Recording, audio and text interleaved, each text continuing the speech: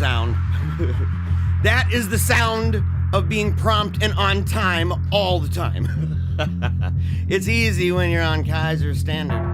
It's really easy, I gotta tell you. It's Friday, March 11th, and today is the day the Lord has made, and you are tuned in to PaleocratDiaries. Ow! I want you howling at the sun, kiddos. I want you rocking this out hard. Throw up those wolves in the pack. Throw them up in that live chat. We're gonna be bumping hard because today we are talking Kingdom of the Cults.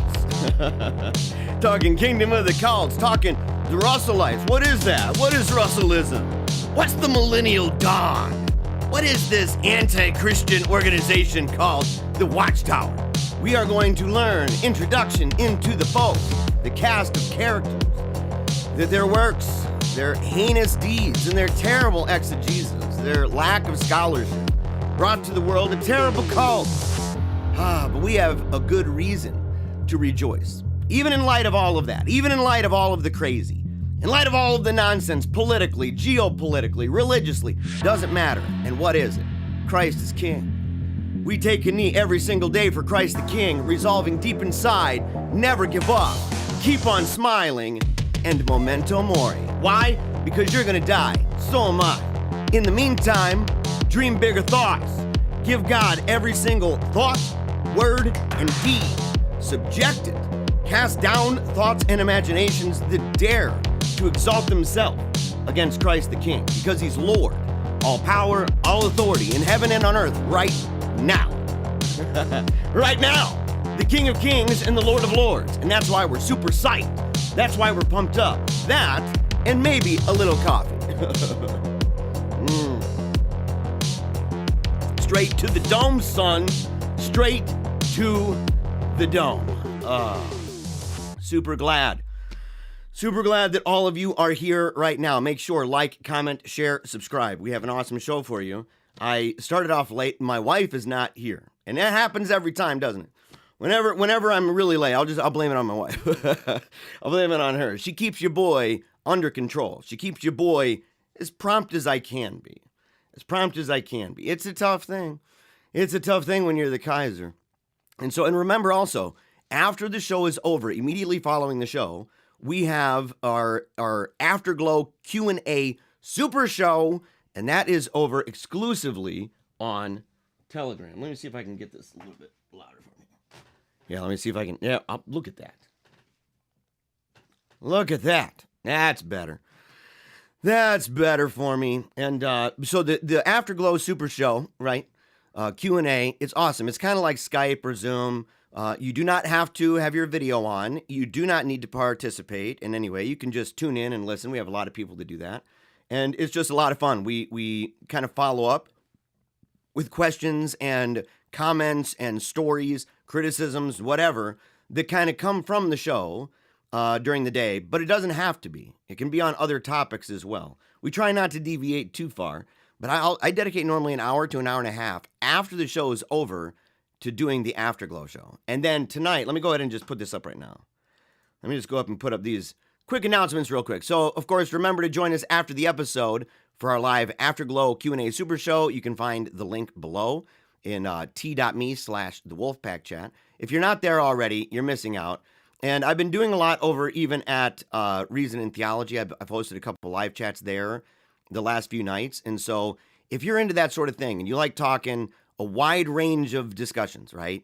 We talked about, I talked with River Run a couple nights ago, and we did a deep dive into apologetic method and methodology, talking about presuppositionalism, which is my take, and foundationalism, classical theism, and the like. That's one thing. We talked about geopolitics. We talked about why California is so crappy, why it's so terrible, gas prices, Texas, why the weird in Tyler, Texas, and talked even yesterday about Douglas Wilson, Calvinism, James Jordan, Peter Leithart, stuff like that, the debate between Rush Dooney and Gary North. So if you're into those conversations, as well as ones, just practical stuff, devotions, life, liturgy, love, stuff like that, art, music, all of that stuff, we do live chats. And live chats probably 4 or 5 days a week. I'll be in there for minimum of an hour. So I'm engaged. I try to engage as best I can with the audience, and it's always a lot of fun. So make sure to check out the Wolfpack chat, and you can find links, of course, there for Reason and Theology, the page there. And we always share. We cross pollinate, and so I make sure because I'm on both. Because I'm on both. Your boy is the empire is expanding. Somebody asked me yesterday, because I talked about. I was telling people about the plans we've got for PaleocratDiaries.com. A lot's behind the scenes. Big things, actually. Changing the face of it. I mean, changing, not the name or anything like that, but making it something bigger, if it's possible, than your boy. Saying it's not just going to be a cult to personality. I don't want that, right? We want it to be a place where people can go for resources pertaining to issues being discussed and advanced and principles that's based on here on the show. And that it would be the one-stop shop. It'd be easy, right? And it's good for the algorithm. But I was talking about it, and he's like, kind of worried. And people were like, well, are you gonna stay with like meaning of Catholic and Reason and Theology? And I'm like, of course. What are you talking about? Why would I leave there? I love being part of that those groups. I love working with Tim Flanders. He's a true blue all-weather personal friend. He's somebody who's been there through many difficult times. In fact, even when our mother-in-law was in an accident, my brother-in-law died last March, and so it's been just under a year. And in fact, really close to a year now since he passed away. And he was there for us, man, him and his family. And of course, providing a platform, inviting me to take part here at Meaning of Catholic. Even my earliest articles, after I came back from the faith, my earliest articles are at meaningofcatholic.com. I have 2 of them over there. One's a tearjerker. You got to beware. And speaking of tearjerkers, by the way, warning, this right here is going to be a tearjerker. How should Christians view suffering? Can God transform it for the good, not only for you, but for others? I'll talk about how God has done this in my life, even through my daughter's death with childhood cancer. And I'm going to be joining my boy, Dustin Quick. It's been, I think, ever since he started, I think I was one of the early guys that he wanted to have on the show, and it just never panned out. Finally, it pans out. So tonight at 7 p.m. Eastern Standard Time, you can find that. Holy Smokes, it's the name of the show. And he's got some really great guests on there, and so I should have been on there earlier. But it's good. We're talking about redemptive suffering. Okay, so a Catholic approach to redemptive suffering, that's going to be at 7. So we've got this show, the Afterglow show, immediately following it, link in description below. And after that, 7 p.m., I'll be on again. So, yeah, as I said, empire is expanding. It's expanding. Speaking of expanding the empire, I'm going to play a quick video here, promo for Sacred Heart Academy. That's where they're not sponsors of the show. I make no money. In fact, they make money off me because I pay for my kids' tuition. and you too. So every penny that we get through this show is dedicated to my kids' education. So I just say, this is what I'm doing with the money. I'm not using it on other things, except sometimes I'll buy books that have to do with things that I need for the show. And if I have yet to lose a light bulb, right, for any of the lights that I've got or anything, so I wouldn't need anything like that. So the money goes toward that, to invest in the future, because that is at the core of what we're doing. And it's the reason why I'm doing this at all. I've made a video. In fact, I may find a video here and play that for you to kind of give you a better idea for like why I chose to do that. I talked about it when I was with Holy Faith Media, and we have a really cool video about it, but I don't know if the music, if I have 2 of them and they're copyrighted, they always, if I play this right here, because it's got a certain song that they had rights to, but I don't, because of that, it ends up having a thing on there that says it's a claim, so they want to go ahead and put an ad on it or whatever. Or any ad revenue that comes from it would go toward the group. So it doesn't bother me, but just let people know, right? So as we're playing this video, if you haven't seen it, make sure to stick around, right? This is inspirational. This is a powerful thing. This school and these kids are changing. They're changing lives, right? They've changed mine. They've changed entire dioceses, right? Entire parishes, right? To say, look at the impact that it's had. Look at the impact as it's gone out. Look at the impact as they go out and do things in their life. It's a powerful, powerful thing. And this is where my kids are, in fact, right now. And so if you have seen it, though, make sure to get your coffee, because as soon as we come back, we are going to march forward into the octagon, into the octagon of history to talk about the Jehovah's Witnesses. So we'll be back right after this.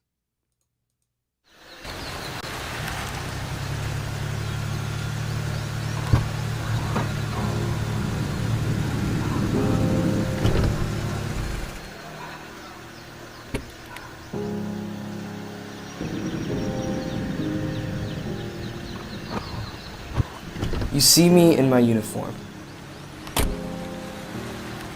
and you think I'm going to school. You think I'm studying, doing my homework, practicing my Latin. You're not completely wrong. The truth is this. What looks like an academy is in fact where I am learning to dig deep. To search with an attentive heart what all men seek, but few can name. Wisdom, knowledge, it's the fountain of life and holiness. A sacred temple, the very house of God and gate of heaven. What I seek, what I have learned to desire, is the desire of the everlasting hills. I am looking to lose myself in the sacred heart of Jesus. It may look like I'm going to school, but in truth, I am learning to chase after my Savior, the King and center of all hearts. And I will not rest Until I take hold of him. Who has already taken hold of me. Amen. We will find a way. Has God taken hold of you? If so, pursue him. He's a hunter of souls. He came for me. He came for me when I was totally lost. I didn't deserve him. No one does. And yet he loves. He loves. Show the world, more than an argument, show them Jesus. Show them what he's done in your life. He's transformed you. Show them. Because that's what they do. They live it. They live it. All right, here we go. We got to do this here. We got to do this. I can't cry. I can't do it. Because boy, oh boy, it's hard. I got to get this music bumping. Woo! All right. There it is. The PaleocratDiaries alert system broadcasting all over the world right now, letting the people in the north, right? The people shivering cold in the snow, in the south, in the sun, the east and the west, the loonbirds on the coast. Everybody all around the world, letting them know that we are about to enter the octagon of history. And why? Because we're going to talk about some JeHos. We're going to talk about the JeHos, the Jehovah's Witnesses. We're going to talk about Russell. We're going to talk about Rutherford. We're going to talk about the whole gang. We're going to talk about their terrible scholarship, their wicked bad prophecies, the cons, right? The cover-ups, and how it was exposed, and how we have, thankfully, for the record, a litany of things that we can bring against them. And not just doctrinal, to say, look, your system is poop McScoops. It's really bad, wicked bad. So if you want to know, where do they come from? What do they believe, right? Do they deny their origin story, and why? You're in the right place, because this is going to be an introduction to the cast of characters involved in the Jehovah's Witnesses, in the Watchtower magazine. You've seen them all around, I'm sure. Maybe they've even come to knock on your door. But what do you do? How do you deal with it? Well, you can begin here. You can begin here. Don't you love it, by the way?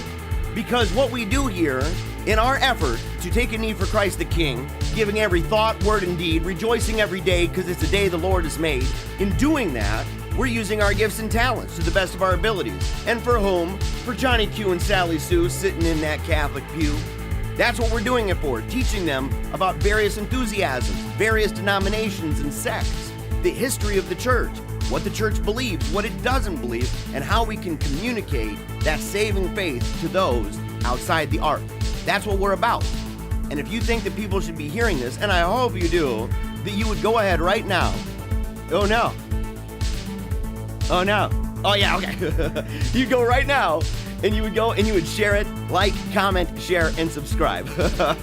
I thought for a second that my mic was off. I was like, no, don't do this to, I would have thrown my headphones. Thrown them on the ground. Oh, there it is. Oh, the sound of that didgeridoo, the sound of that harp, the sound of the hammer dulcimer, the sound of the snare down, what is it, Georgia? Sound of the snare in Georgia. We have to, and people are like, what are you talking about? I'm talking about these folks right here. That's who I'm talking about. Let's go real quick to the comment section before we move on. Here we go. Let's go ahead and see. Let's go do. Wow, way up there. Italo Dant goes, what? You see those eyeballs? It's all like, what is happening here? Yeah, Alexander, nice to see you and your three buddies. Same thing with Templar Noir. I like that name, by the way, man. Yeah, if I'm pronouncing it properly. Jay Pernobis. Yes, man. Very good. Oh, yes. And those wolves, of course, they have the Vatican flag. It's a very good thing, man. Very, very good thing. Iggy says, when I type in the link address to Wolfpack chat, it comes up with nothing. Any advice? t.me/Wolfpack chat. It's in the link below. It's in the description below. Oh, you wouldn't put the link. You'd put the @ symbol. And it's one word, the Wolfpack chat. One word. Okay? So that's what you would have to do. It should be there. I mean, you know, if it's not, you got to let me know, man. You've got to let me know. And yeah, if you look up Paleocrat, you should be able to see it.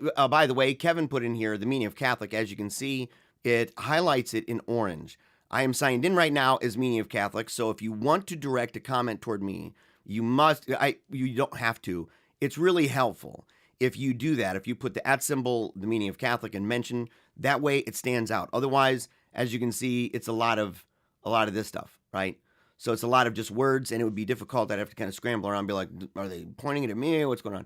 So make sure if you have a question, if you have a comment that you're directing specifically for me, make sure that you follow Kevin's lead by putting the meaning of Catholic there. All right. Good morning, Wolfpack. Coffee is ready. I need a straw. Ready for a good show. Yes, man. Dude, it's a good show. Has it ever been a bad one? To be frank, I mean, have we ever had a show that's like, it's just not very good today? I think we've done good. Don says, please pray for my sister Sharon, who passed away Monday. She really needs prayers. Thank you. You know what? We don't do this often. We're going to pray right now, okay? In the name of the Father, and of the Son, and of the Holy Spirit. Amen. Our Father, who art in heaven, hallowed be thy name. Thy kingdom come, thy will be done, on earth as it is in heaven. Give us this day our daily bread, and forgive us our trespasses, as we forgive those who trespass against us. And lead us not into temptation, but deliver us from evil. Amen. God, I ask just that you'd be with Don's sister, the repose of her soul. Her name is Sharon. God, just bless the family as they're going through this time of trouble and this time of loss. I know how sad it is.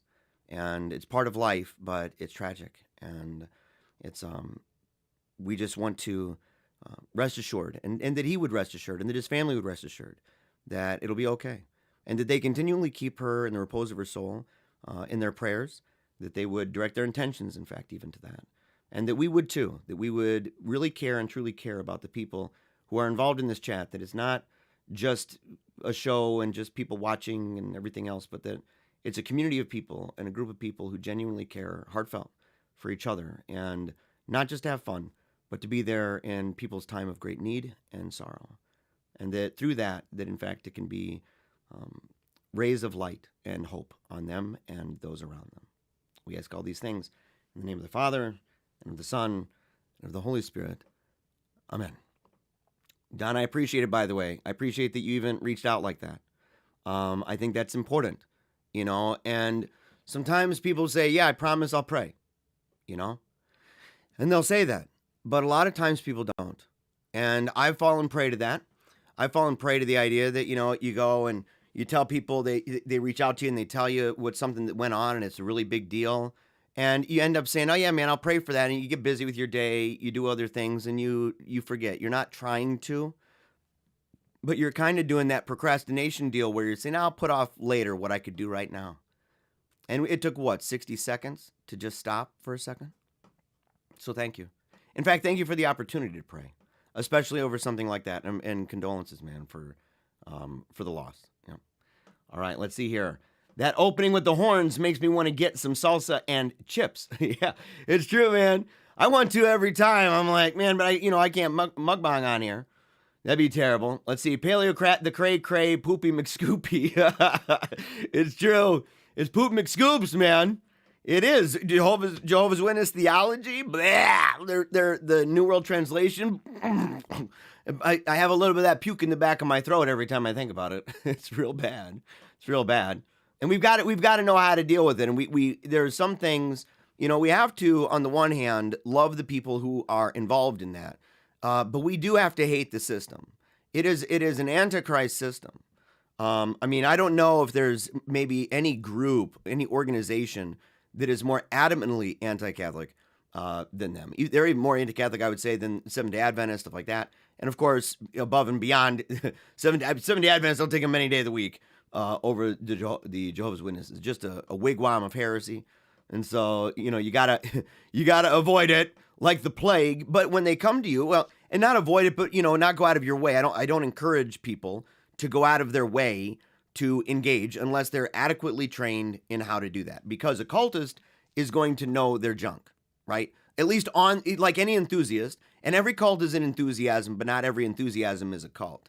And as we're going to learn, and I'm just throwing this in, right? So I'm kind of mixing it up so it's not just Word of Faith, because we still have a couple more left in the Word of Faith series.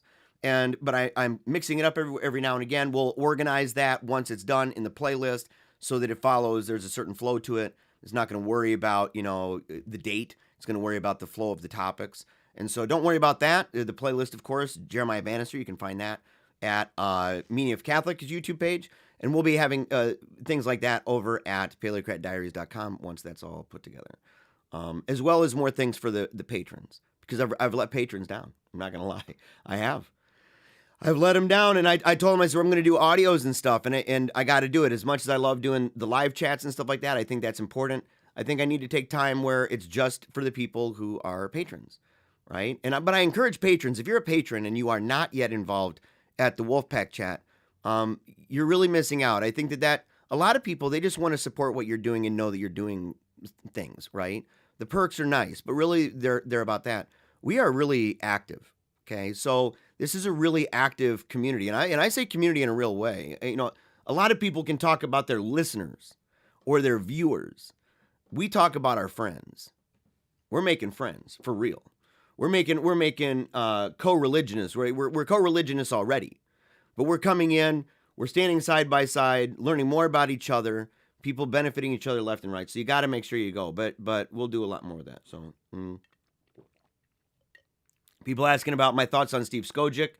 I don't want to go too much into it because truth is I haven't talked to him. I don't know if he would talk to me. I think Tim Gordon attempted it a few times to kind of connect us, but Skojic didn't really care for me, right? We had a bad, we hit it off kind of bad, and part of it's my fault. I don't think I was very nice to him. At the same time, I don't judge myself too harshly for that at the time, and what the topic was about and stuff like that. And what I said, I stand by the things I said. In fact, I predicted that this kind of thing would happen. Number one, it's based off of the cycle of enthusiasm. We have predictive power. That's what bothers people who themselves may be crypto-sedes, people who live and move and have their being with very little to no reference to the ordinary and authentic magisterium of the post-conciliar popes or Vatican II or the Novus Ordo or anything like that. I think it's one of the things they really get riled up. They really don't like when we talk about the nature of enthusiasm, the philosophy of enthusiasm, the cycle of enthusiasm at all. They're like, "Oh, how dare you? How dare you say that?" I had some cat in the comment section recently. He's talking about, "Oh, you're saying that because in the last episode I mentioned that some of the restrictions that came down from Rome pertaining that have razzled traditional people and people who attend the Latin Mass, that I said they actually in large part brought that upon themselves. I said they made Pope Benedict look like a fool when he did Summorum and said that he stood and defended us and said these kinds of things would not happen.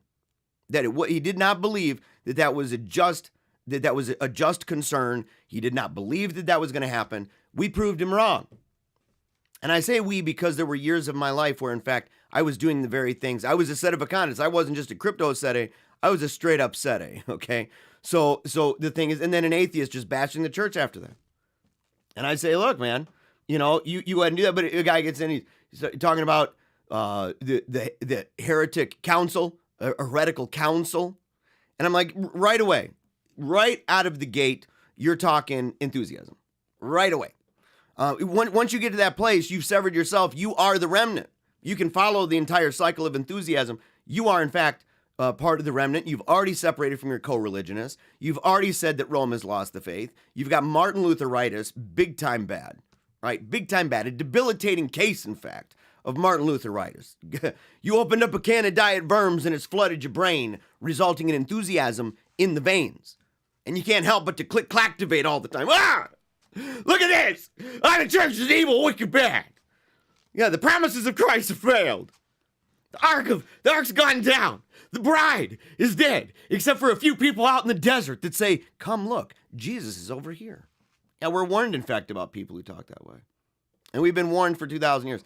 And it's nothing new. It's the same ragtag group of people, same tendencies and temperaments, same exact thing. You can just look over and over and over and over and over and over again. And it's like this, it's like a simulation. It's like a virus. Once it gets in, it's there.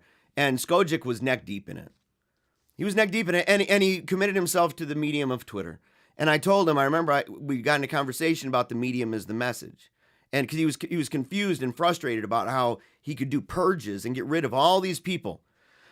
He'd get rid of all these people in his feed and say, I'm just going to talk about positive things. And it wouldn't be long before he's right back at it again. And he was confused. He shouldn't have been. He should have been listening to the show. He should have actually, instead of being prideful and grumpy about it, he should have been listening to people that he may actually disagree with on some stuff, who actually know what they're talking about. And he mentioned, he's like, I read McLuhan in college when I got my communications degree. I didn't really understand him. He's kind of weird. So he didn't buy into it because he didn't understand it. I'm like, dude, you're literally exactly what McLuhan's talking about the idea of how the medium affects you. It becomes part of yourself. You can try to purge it all you want, but you're going to fall back into the same exact thing. And so there's predictive power. Again, this is the kind of thing that you can look at and you can see, you can analyze. It gives us functionalist definitions and categories to analyze the world around us and to see other people and to see their behaviors, regardless of what they say. Regardless of what they say, and we've proven this over and over again. People say, well, they don't identify as sedevacantists, or they don't identify as that. And you go, where are you even getting that they have to? That they have to come out and say, I am that. Do you think that they weren't that before they said the words?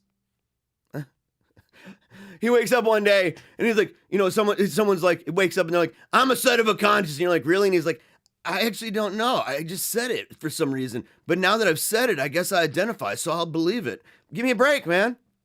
That's cuckoo weird. Cuckoo weird nonsense. Yeah. Don't have to believe that. So yeah, I mean, it's a tragic thing. I don't encourage people. He knows most of the arguments. It's not about the arguments. And people say there's this tendency in Catholicism with a lot of people where the emphasis is on, I just want to reason with him. If I can just reason with him. And you go, you're reasoning through what's very obviously at this point, things that are matters of the heart.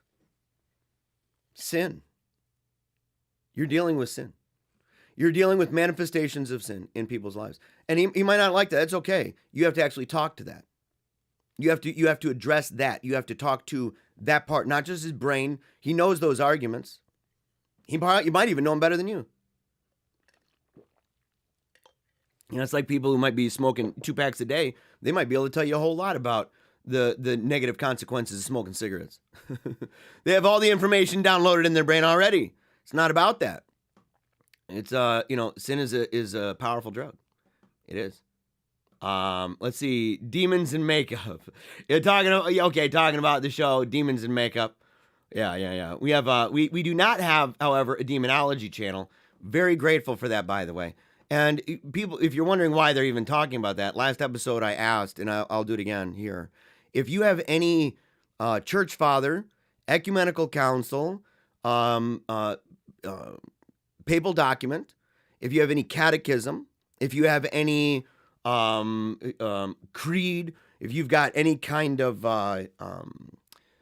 commentary, biblical commentary from historically, okay, that talks about generational curses, generational healing, deliverance prayers for those things that should be done by Catholics, and how, ideas regarding kind of an anti-guardian angel demon that's floating with everybody, or families that have it connected to their bloodline.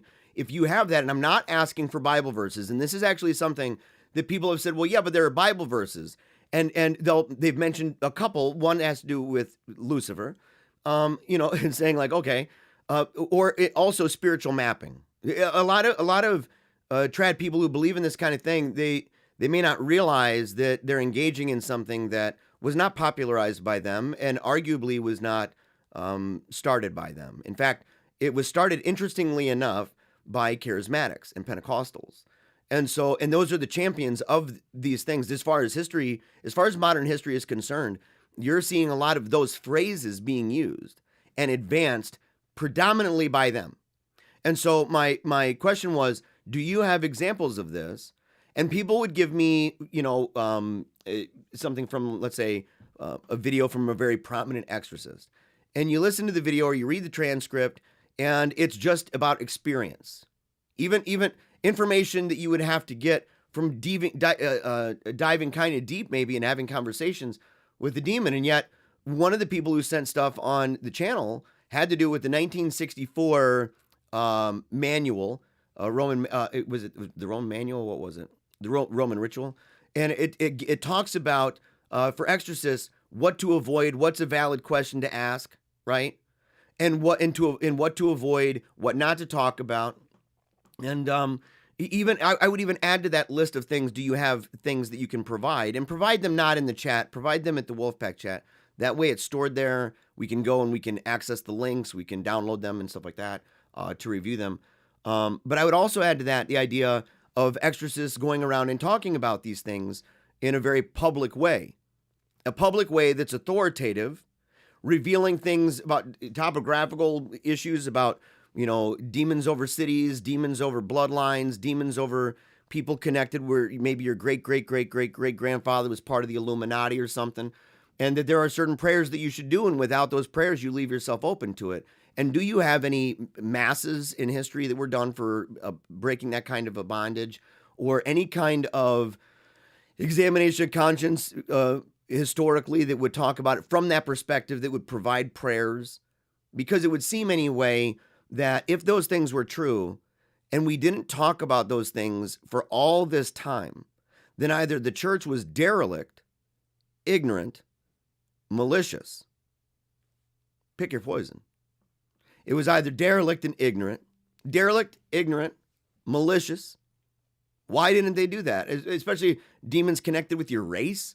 Like, you would think that would be part of like conversations of conversions where they'd say, well, what race are you, so that I can give you a deliverance prayer that can deal with that? Anyway, I don't know. I've never seen it.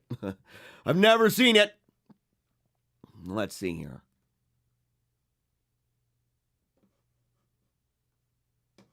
Let's see. VM and I got him slightly lengthy discussion on Adam and Eve from before the fall. He's very skeptical of everything. Doesn't have supernatural faith of anything, it seems. No. Someone asked me if I'm going to be at the CAFA conference. What is that? What is the CAFA conference, man? Not entirely sure. Not entirely sure, man, what that means. Let's see. Kind of acts like an agnostic that has many questions of faith and religion, but doesn't really want to hear answers. Oh, yeah, talking about, yeah, okay, Skojic. Okay. Okay, so now Enslaved's got the bullhorn, so we got to add the bullhorn to it. Yeah, and that's a dope lot, bro. Thank you, Jacob. Thank you, Jake Fowler. Yeah, I was actually struggling with it before the show. I was kind of trying to figure out what to do. I think it's Mint. And it's the name of the LUT. That's the filter, by the way. The filter made by a guy who did the original Instagram filters. Let's see. And my wife, my mega hot, half Korean beauty queen wife, is listening in the car. Say a big hi to Angela Bannister. Make sure to mention her. Let's see here. Yeah, JeHos, the dictionary is growing every minute. Bjorn, it is, isn't it? Yeah, we have to do a lexicon, man. We've got to do a dictionary for this show because it's always going to be growing. It's always going to be growing. Let's see here. Let's see. We'll end here. Do you know that the seer of La Salette was a friend of the wolves? As a young girl, she made some processions for God with animals of the mountain. I did not know this. Wolves respected her. Right? I think it was what's the other saint? I think there's a saint in. There's a couple of them that have befriended, and it's based on the idea of the wolf pack is based on the incarnational millennial view regarding the wolves will lay down with the lamb. A lot of people think that it's the lion will lay down with the lamb. That is not true. It is the wolf that will lie down with the lamb. And so it's one of those things. God changes hearts and minds. And the people who don't believe that are the people who say they fall prey to the idea, that a cheetah cannot change its spots. And you're like, yes, by itself, yes. But the transforming power of the cross, better believe it, son. Better believe it. Yeah, and the wolves were walking with the wooden sticks in the shape of a cross in their mouths in procession. Powerful. Powerful stuff. It's a men conference this weekend in GR. I was wondering if you were going to be there. I did not know there was a men's conference this weekend in GR. So I was unaware of that. Yeah. If you put in there where it is or you want to reach out to me on Telegram to share that information with me, I'd definitely be interested in going. I don't know anything about it, though. All right. So, talking about Jehovah's Witnesses, talking about the JeHos. All righty. This is actually a much bigger subject than I anticipated. I didn't look ahead in the book to find out how many chapters or how many pages are in the chapter about the Jehovah's Witnesses. It starts here on page 49. And it goes to page, let's find out. Oh, there we go. 147. Okay, so it literally has 98 pages in this chapter. So it's going to be more than one episode. And some of it, I feel is a little bit redundant. But it seems like Walter Martin and Ravi Zacharias had a big beef, particularly with them, more than Christian Science, more than any group, probably because they'd had more encounters with this group, and so because they have more encounters with the group, they're going to be pretty ticked off. So okay, Charles Taze Russell was the founder of what is known as the Jehovah's Witness cult. The name Jehovah's Witnesses, incidentally, was taken at Columbus, Ohio, in 1931. To differentiate between the Watchtower magazine run by Judge Rutherford, Russell's successor, and those who remained as true followers of Russell as represented by the Dawn Bible students and the Layman's Home missionary movement. Now, right out of the gate, what you're seeing is that you're gonna see this, and this happens a lot with these enthusiastic groups, and especially the cultic ones, where you have this guy going out there, he's a charismatic figure. He's out on the streets, thundering at everybody else, letting the world know how wicked bad everybody is, except for him, that he's got the restorationist truth. He has the special glasses. He has the special monocle. In fact, he's got glasses and a monocle. And that way, he's able to see for himself. He's able to say, look, for 2,000 years, all the different Christian denominations have been apostate, and I'm here to bring it back, folks. It's unlike anything you've ever seen because it's the real one. Yeah. C.T. Russell was born February 16th, 1852. At an early age, he rejected the doctrine of eternal torment, probably because of the severe indoctrination he received as a Congregationalist. And as a result of this act, entered upon a long and varied career of denunciation aimed at, quote-unquote, organized religions. So it seems like from an early age, he decided that eternal torment in hell was diabolical, right? I went through a phase like that. It didn't last long. In fact, it was a time of my life in the early days of the internet and forums and stuff. I hadn't really done any kind of theological training at all. I just, I was enjoying reading books. I had a little bit. I went to Bible college for a little bit, but that wasn't a school really emphasizing anything more than pastoral theology at the time. So like most of my work, even though I would study theology and study apologetics, I had no formative training in it. It was all just kind of my own hobby horse, right? I enjoyed it. And so I didn't understand various categories. I had never read the history of these things. And I remember being kind of impressed for a minute by some of the Bible verses that were used by folks like this about hell, or the arguments they make against hell, the arguments that they make against the soul, the arguments or in promoting soul sleep, stuff like that. I wasn't so interested in their arguments regarding birthdays, birthdays, or I could recognize some of the arguments and stuff that they would say about Halloween, but it didn't matter to me. Or Easter, it didn't matter to me. And it's garbage anyway. Russell founded the Herald of the Morning, 1879, which developed into today's Watchtower, announcing Jehovah's kingdom. Okay, so it's interesting that that's what it's even called. The Watchtower announcing Jehovah's kingdom. From 6,000 initial issues. Now, I don't know when this was published. It's the 21st century. But I don't know exactly the date of when the book was published. So some of the numbers and like the president, who's the president at the time, may have changed. Okay. But at the time of the writing of this book, from 6,000 initial issues, the publication has grown to 17.8 million copies per month in 106 languages. The other Watchtower periodical, Awake, and you may see that in like restaurants and stuff or hospitals. You'll see Awake magazine a lot, even more than Watchtower. I think because it's not as obvious. It's not as obvious, And so they're like, you're like, oh, Awake, that sounds legit, but you should be able to tell by the really ridiculous art. By the way, do you like the thumbnail? You like the thumbnail for today's show? I'm trying. I mean, you got millions now, 106 languages. The other Watchtower periodical, Awake, has a circulation of 15.6 million per month in 34 languages. It began, so I mean, it's all over the place, right? They're very, very active with this idea of getting their message out in any way humanly possible. And a lot of times they kind of avoid things like nowadays they kind of deprioritize their remarks about birthdays, right? And that it's premised on the idea that you can find in Scripture numerous birthdays that were celebrated and that bad things happened on those birthdays.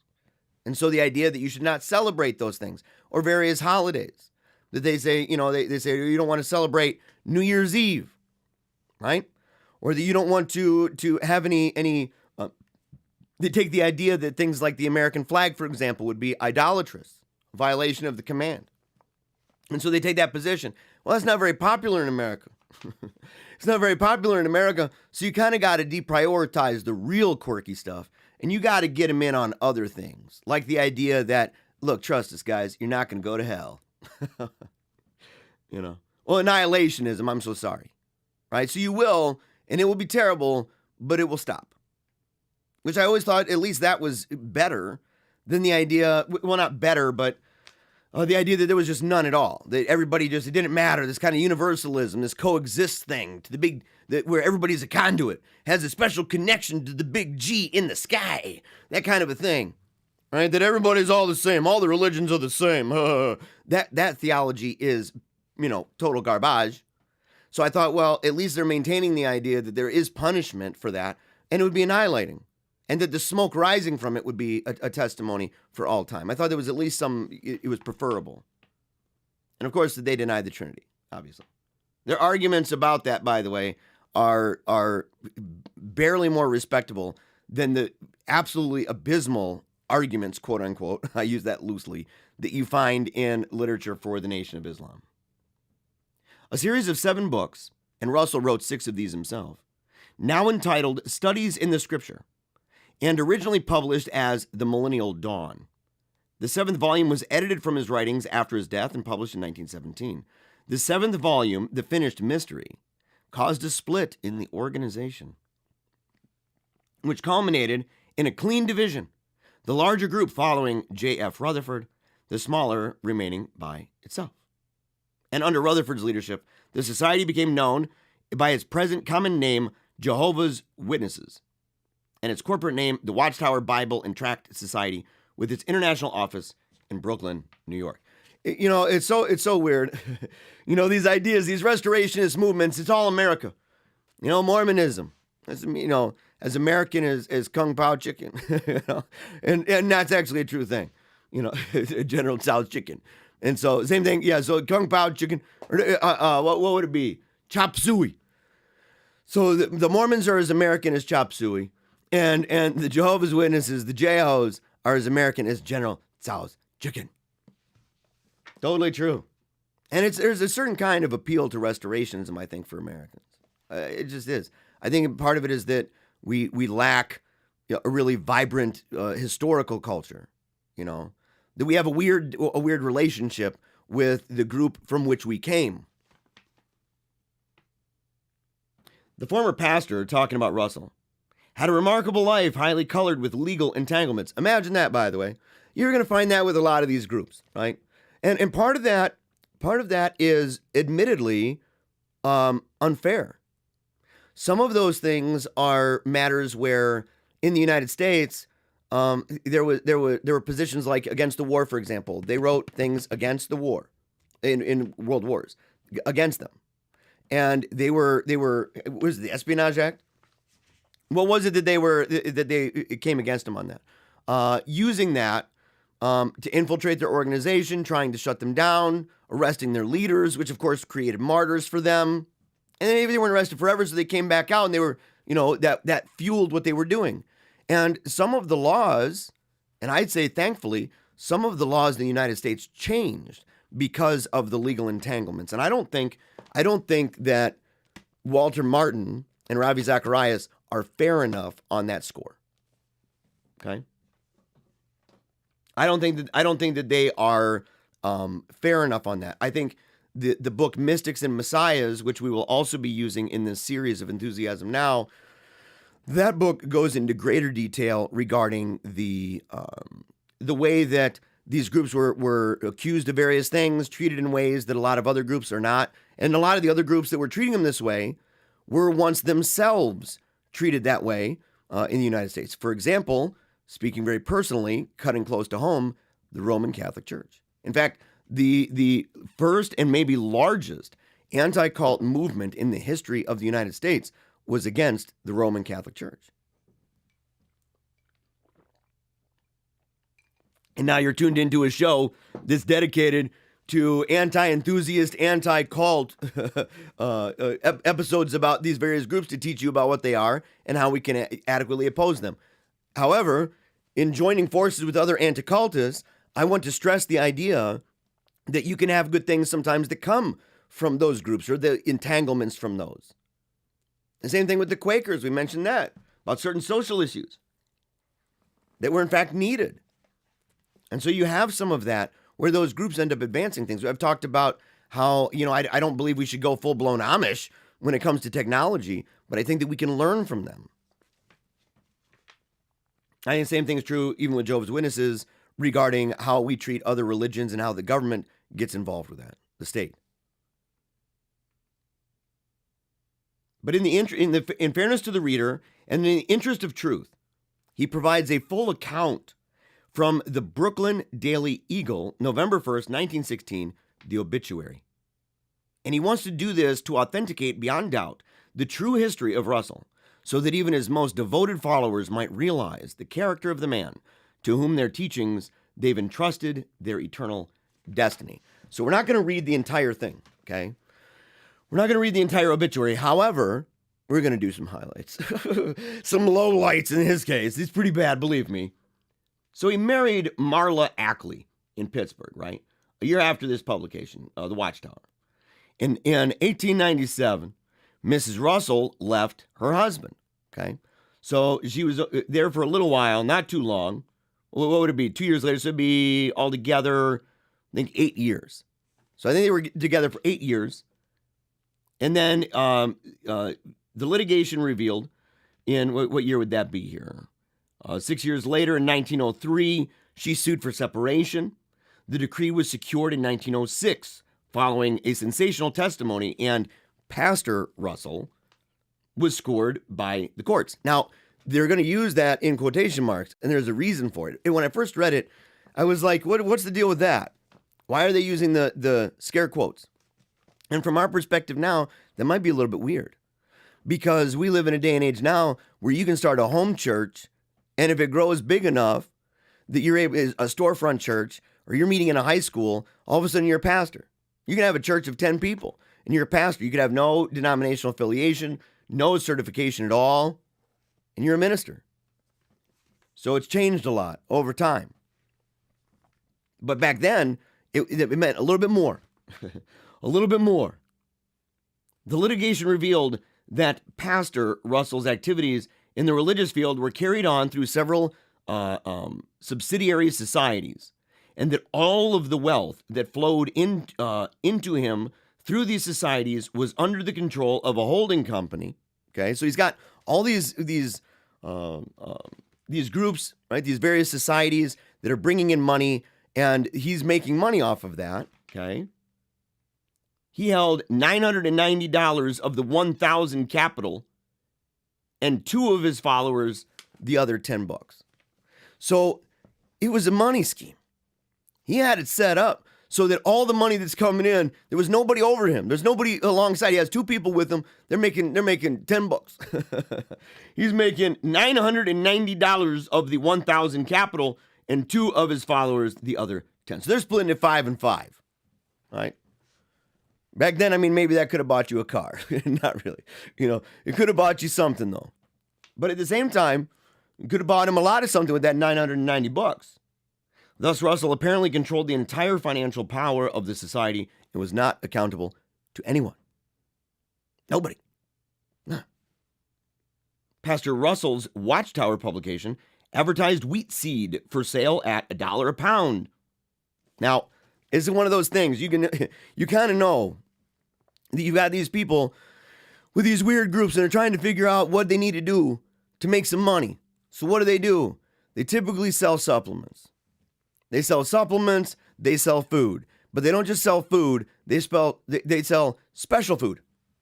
They sell food that is super unique, maybe even miraculous. And in this case, it was miraculous wheat. Asserted that it would grow 5 times as much as any other brand of wheat. Think about it. You're like, if you buy this wheat, and you're like, why should I buy it? It's like, it grows 5 times as much. And you're like, dang, son, you know how tall that wheat would be? You know how big? Wowzers. Just imagine.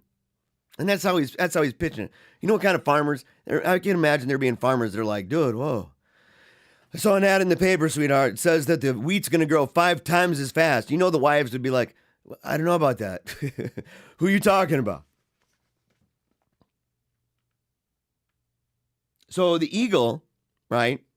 This newspaper, what they ended up doing, the Brooklyn Daily Eagle, what they ended up doing was they ended up writing and exposing him on the miracle wheat. Well, this upset him. He did not like that. He did not like it at all. How dare you? How dare you come against my miracle wheat? So what did he do? I'm going to sue you for libel. Okay. Now that's actually a valuable thing for people to think about, is that it would be libel. It's written. Slander would be spoken. Libel is written. So because it's the newspaper, he's suing them for libel. And why is he suing them for libel? Because they published a cartoon of the pastor and his miracle wheat in such a way that he got really mad and he was asking for $100,000. What would be the exchange rate? What would be the exchange rate, by the way? It'd be pretty massive now. Not the exchange rate. What would it be right now in dollars at this point? $100,000 back then. Okay, and that's in the 1800s. Dang, son. Or the early 19s. The Eagle won the suit. Prior to entering the court, the Eagle had said, quote, The Eagle goes even further than the criticisms of the Miracle Week and declares that at the trial, it will show that Pastor Russell's religious cult is nothing more than a money-making scheme. Well, quite apparently. And they had done their research. This is a better day and age of journalism. They probably were still using the inverted pyramid back then. They probably still had various golden rules of journalism, the various commandments of journalism that came out of prominent journalism schools that were adhered to as a kind of normative ethic, at least of expectation, regarding quality work. It wasn't always true. Yellow journalism's a thing, right? It's always been there. Not as bad as it eventually became. It became its own kind of institution in a way. It became its own genre, so to speak, which is now just dominant. But the Brooklyn Eagle is doing good even in court. The court's decision vindicated the Eagle's statement and proved its reliability. And what was it?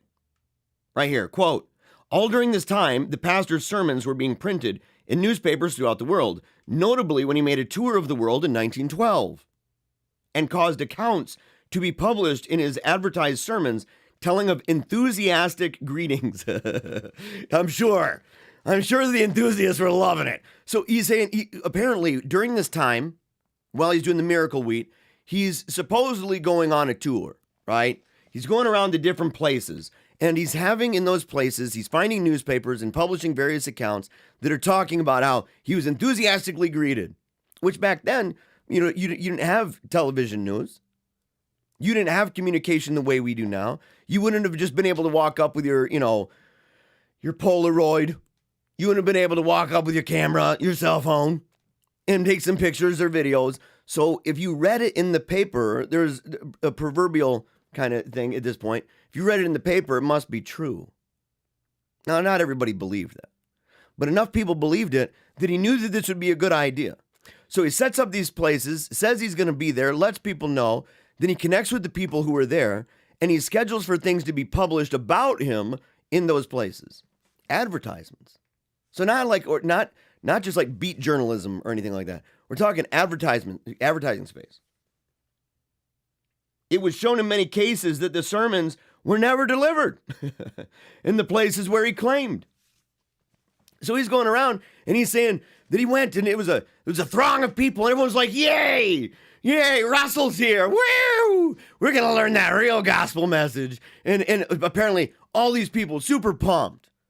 Right? People throwing flowers and underwear up at the stage. They're all excited like it's a, Guns N' Roses concert in the 80s or something. They're all excited. Hey, Van Halen has nothing on Russell. And come to find out, and it was all over supposedly some sermons that he was doing. And lo and behold, the Eagle discovered that he wasn't doing those at all. That's not good. That's not good. Especially when it's during a trial. It's during a trial where you're getting busted for fake news and fake stories about your supposed miracle wheat. The pastor developed a world tour idea. He set his printing plant to work to get out advanced literature, huge bundles of which were sent to every place where he intended to appear. So he would show up and he'd have all the books ready, all lined up, because he had a printing press. He's cranking out a bunch of literature. He understands how this works. This is kind of like how now you got TBN and stuff that started figuring it out. You got Christian radio that started figuring it out with the televangelists. You got people who started figuring out doing big tent revivals, stuff like that. Okay? And so you have these people. He's figured it out, and he's figured out printing press. That's where it's at. Then he would contact for advertising space in many American newspapers to print his never-delivered sermons. For example, his first stop, the Pacific Coast, was Honolulu. Printed long cable dispatches that presented the pastor's discourses. In one paper, they printed the advertisement. The opening sentences read that the International Bible Students Committee of Foreign Missions investigation stopped at Honolulu and made observations. Pastor Russell, chairman of the committee, delivered a public address. He had a large audience and attentive hearings. Wow! So apparently he's there for the investigations. He's showing up with his monocle for sure. This guy is definitely monocle manning it up. He's like, I'm going around the world and I'm going to find out and do investigations. And his investigation was really to contact news outlets in those places to buy advertising space so that he could write that he did these speeches to large crowds of people and that he was there for the monocle man investigations. He did this, in fact, even quoting it. The paradise of the Pacific. I note your wonderful climate and everything which contributes to bring about this paradise likeness. So he's talking to people, and you got to imagine the adoring crowds that he's saying were there. And so on it went for 2 columns. It appears that he's even capable of delivering imaginary sermons, because Pastor Russell never spoke in Honolulu during the few hours that his ship stopped to take on coal. He did the same thing with the Tour of Orient branded huge advertising scheme. The Japan Weekly chronicled this on January 11th. Said the truth is, the whole expedition is merely a huge advertising scheme. He showed up, walked around, looked at some stuff, left, and then published something saying there were huge crowds and that he did a big address. His phone balloons, complete nonsense. Hogwash nonsense. So then other people got in on the mix. They're like, this guy's a liar. This guy is a fraud. He's a schemester and a hustler. And they figured it out. So, Reverend J.J. Ross, pastor of the James Street Baptist Church, Hamilton, Ontario, he published a pamphlet entitled Some Facts About the Self-Styled Pastor Charles T. Russell. And what did he say? We're going to find out. It's good, by the way. Woo! And this leads to, it's a cascading effect of, when you say it's a bad thing to lie, like there's a movie, I think, called The Lie, that's actually an excellent kind of idea, in the movie. And the thing is that the idea is that when you lie and you get busted, you're going to lie again. You get busted, you're going to lie again. It's going to require you lie upon lie upon lie upon lie upon lie. And that, in fact, is Russell's life. Ross exposed Russell as a pseudo-scholar and philosopher. This is a big deal. Who, quote, never attended the higher schools of learning, knows comparatively nothing of philosophy, systematic or historical theology, and is totally ignorant of dead languages. So he's saying, look, this guy knows nothing. This dude, he's pitching himself as a scholar doing these investigations. He's a magic man. This is a monocle mountain man. He's doubled it up. 2 scoops of the nonsense. And he's coming down the mountain with his paper mache tablets, wagging his monocle, doing his thing. Let me do the investigation in your area. Yes, people, this is beautiful here. Thank you for such a warm welcome. The throng of people who adore me. All the while, totally fake. As fake as his miracle wheat. But he was daring. How dare you? How dare you say that about me? So what did he do? A libel suit. A libel suit again. But this is going to be worse than just losing. This is bad. The plaintiff, Russell, had to prove that the charges lodged against him by the defendant, Ross, were not true. So in that case, you actually have to prove that. You can't just say, well, he didn't prove it against me. In this case, he actually had to prove it. Because it was the type of libel suit that was pursued. It is significant to note that Russell lost his suit against Ross when the High Court of Ontario in session in March 1913 ruled that there were no grounds for libel. And, quote, the case was thrown out of court by the evidence furnished by Pastor Russell himself. Oh, boy. So you go, okay. So the guy who brings the libel suit, the guy who has the burden of proof in this particular kind of libel suit, ends up bringing evidence that ends up getting it thrown out. What was the evidence? Well, let's look at the cross-examination. The cross-examination of Russell continued for 5 hours. I'd like to read the whole thing, by the way. I think it'd be a blast. Here's a sample of how the pastor answered. The following reproduction of the Russell v. Ross transcript relative to the perjury charge made against Russell is taken from a copy on file in the headquarters of the cult in Brooklyn and is presented in their interests of thorough investigation. So he's actually using the transcript as it is in the headquarters of the Jehovah Witness cult. And what does that do, by the way, from an apologetic position? How'd they deny it? You're using their manuscript. You're using their document, their copy. This is right there. This is found in their place. Oh, dogs, what does he say? Question. This is Attorney Staunton.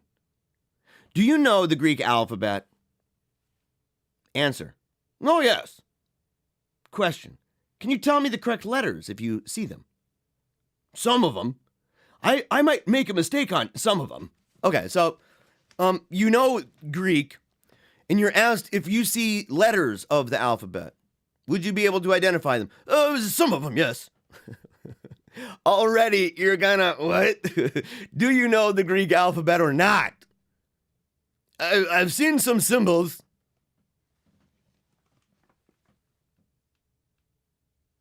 Would you tell me the names of those on the top of the page 447 I've got here?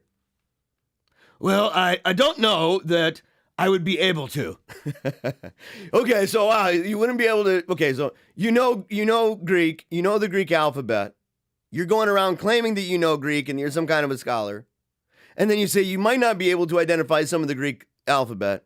And then he provides it and says, can you recognize any of these letters?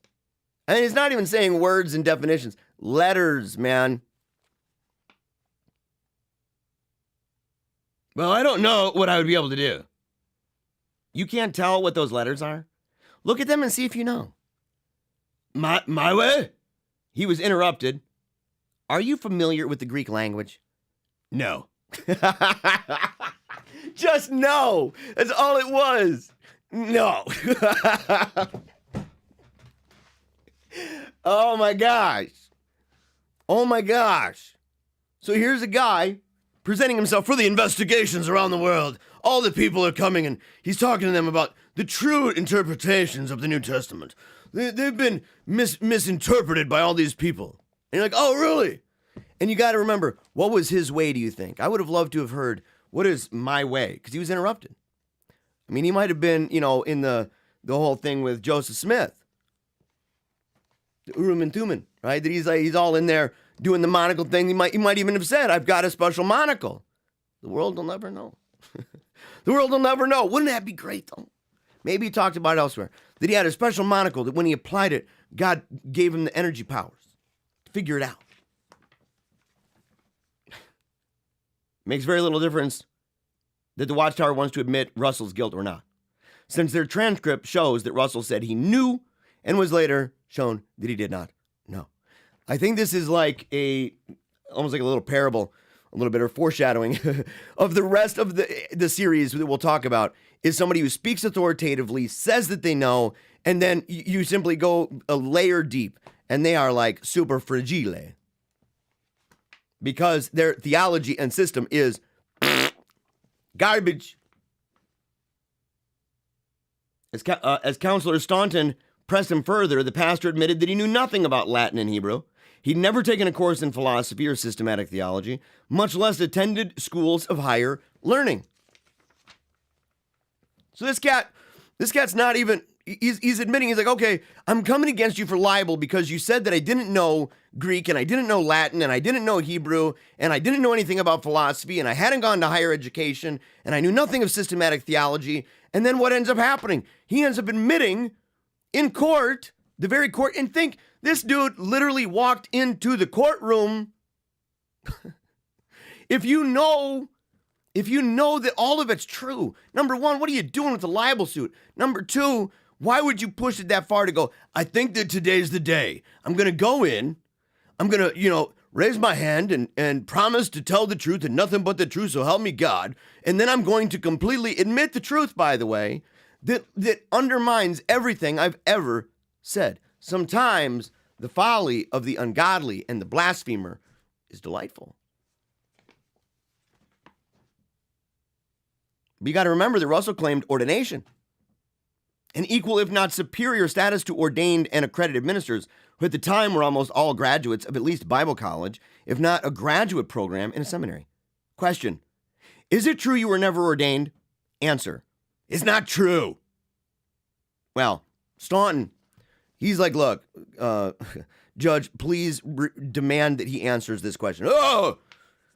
The judge is like, you have to answer that question. You have to be honest about it. Okay. Now, you were never ordained by a bishop, clergyman, presbytery, council, or any body of men living. Answer: I never was. So he's one of those extraordinary mission guys. I was ordained by Jesus. Yeah, just like Robert's Liardon. When he went to heaven watching, Laverne and Shirley, and Jesus rolled up in the house to bring him up to heaven to take the Holy Ghost overdose pill and splash around in the river of life up in heaven for a while. To be given the mandate to be an apostle of the latter rain. Russell further swore that his wife had not divorced him and that the court had not granted alimony from him, a statement he soon regretted when Counselor Staunton forced him to admit that the court did divorce him from his wife and did award his wife alimony. This guy is like, I normally say like a wigwam of heresies. This guy is a skyscraper of lies. This dude is a skyscraper of lies. One upon another, upon another, upon another, upon another. Built his entire system on sinking sand. Woo! Self-destruct. Much evidence is available concerning Russell's moral life, but I see no reason to inject lewdness into the text. I wish he would have a little. I wish he would have a little bit. I mean, this is the soap opera of these people's lives. I mean, I think that's part of the appeal of this show, is that we literally talk about the soap operas of the lives of crazy lunatic weirdos. And we're like, yeah, this is where this system came from. It was a raging lunatic. A foaming at the mouth enthusiast. Yeah. Gnashing of the teeth blasphemer. Or just somebody who's just a straight up liar. As a speaker, Russell swayed many. As a theologian, he impressed no one competent. Oh, he failed before the true God. Let me read this again. This is like maybe one of the best lines, of any kind of like history. Like, this is good. As a speaker, Russell swayed many. As a theologian, he impressed no one competent. As a man, he failed before the true God. Yes. As a man. So you can see already, and look, how many of these situations do you have where people who are involved in enthusiasms end up just being real wackadoodles? They're all graduates from Crackadoodle U. Crackadoodle U in their degree. Their degree in what? Opening up cans of diet worms. Okay. Good for you. Whoop-de-doo. Upon Russell's death, the helm of leadership was manned by Judge Joseph Franklin Rutherford.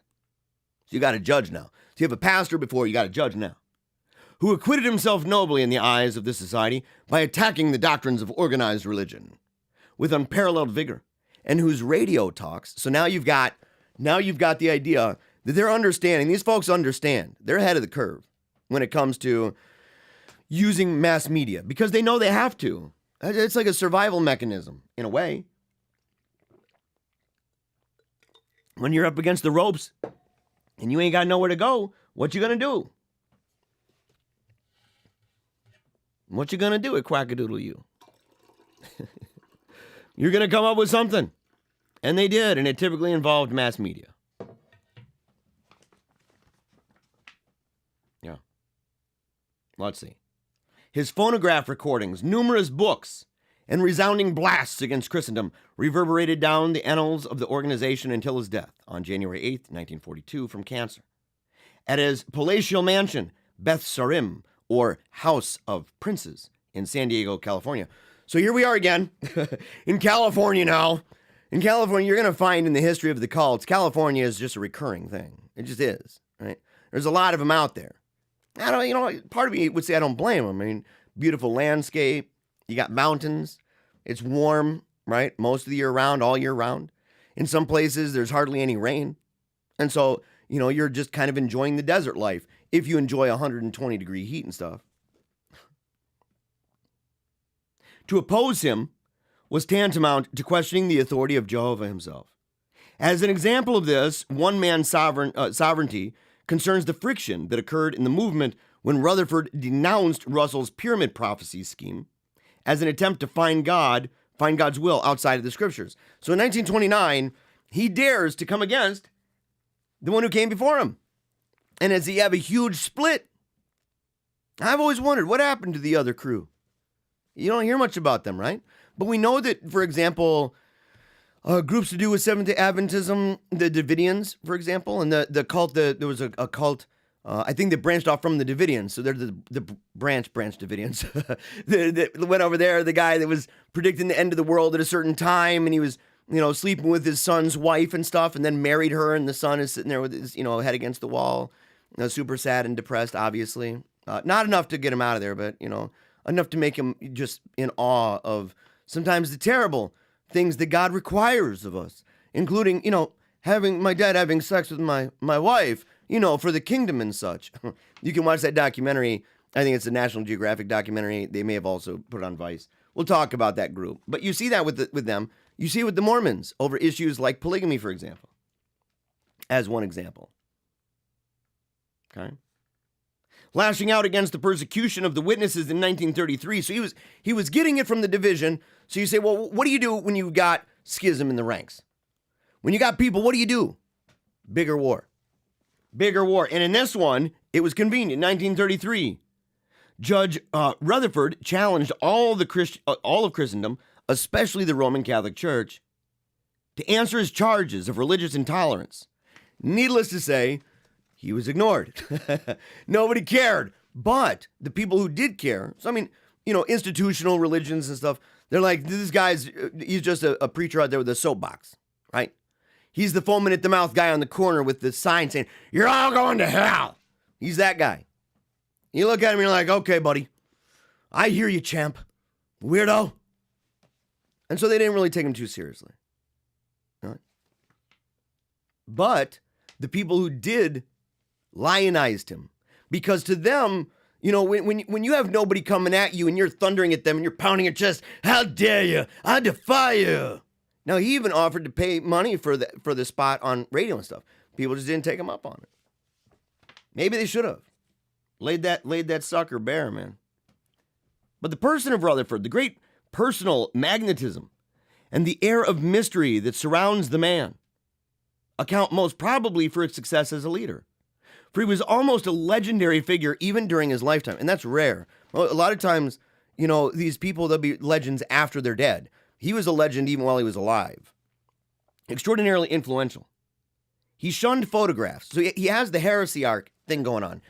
Monsignor Knox talks about this a lot, that you have these heresiarchs that they're at the top of the pack. They're at the top of the chain when it comes to these heretical groups, these enthusiastic cults and stuff. They're at the top of the chain, but there's kind of an air of mystery about them, right? They come out in their power. They're powerful. And at the same time, they are mysterious. So you're always wondering a little bit. I said that it was weird that he shunned photographs, though, because he was most photogenic, and he presented both an imposing and impressive figure when attired in his familiar wing collar, bow tie, and black suit. Reading glasses, which hung on a string across his nose. So he had reading glasses that hung across a string across his nose, okay? His honor's portly profile accentuated the illusion of dignified importance, along with the title judge, which, contrary to popular opinion, he held from the days of his early legal career when he was a special judge of the 8th Judicial Circuit Court of Boonville, Missouri. So this guy was actually from the Boondocks. This dude was a judge from the boondocks. That's where he was. So, but he was a figure. He knew how to play it. He knew how to play it. I get it, right? I've joked around that I'm like, Napoleon sitting on a horse. I'm like, yes, the Kaiser, power, thunder, a son of thunder. At the same time, I'm like, look, I'm basically a hobbit, But this guy, he figured it out. He knew how to play that game. He knew how to present himself in such a way and to frame himself. He understood the idea of personas and brands. And it made sense because he was into mass media. Rutherford also possessed a deep and powerful voice, which was capable of holding large audiences with its crescendo-like effects, but he seldom appeared in public, and he lived a closely guarded private life. So you got a guy, when he shows up into town, it's just rolling thunder. Just blam, blam, blam, and he's powerful. He knows how to play the game. He's got insights. He's coming against the rulers of the world. And he has a restoration that you must in fact come to him. It's the only secure path. Wonder. In comparing Russell and Rutherford, it must be noted that the former was a literary pygmy compared to a successor. So Russell, in a genuine admission, Russell, while very important in the foundation of the JeHos, did not have the impact, the overall impact, that you would have, of course, from Rutherford. I think you can see this in other religions too. The overall impact of that individual is kind of overshadowed. Like the founder of Nation of Islam being overshadowed by the prophet Elijah Muhammad. Or Elijah Muhammad being overshadowed by Louis Farrakhan.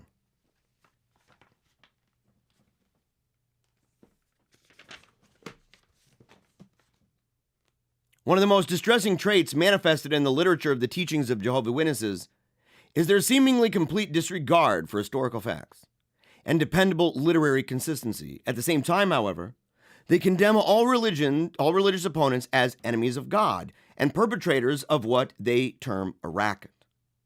For some time, this author has been considerably disturbed by Jehovah's Witnesses' constant denial of any theological connection whatsoever with Pastor Charles T. Russell, their admitted founder and first president of the Watchtower Bible and Tract Society. Since Russell was long ago proven to be a perjurer under oath, a sworn adversary of historical Christianity, and a scholastic fraud, it's obvious why the witnesses would want to avoid it. I mean, it's obvious, right?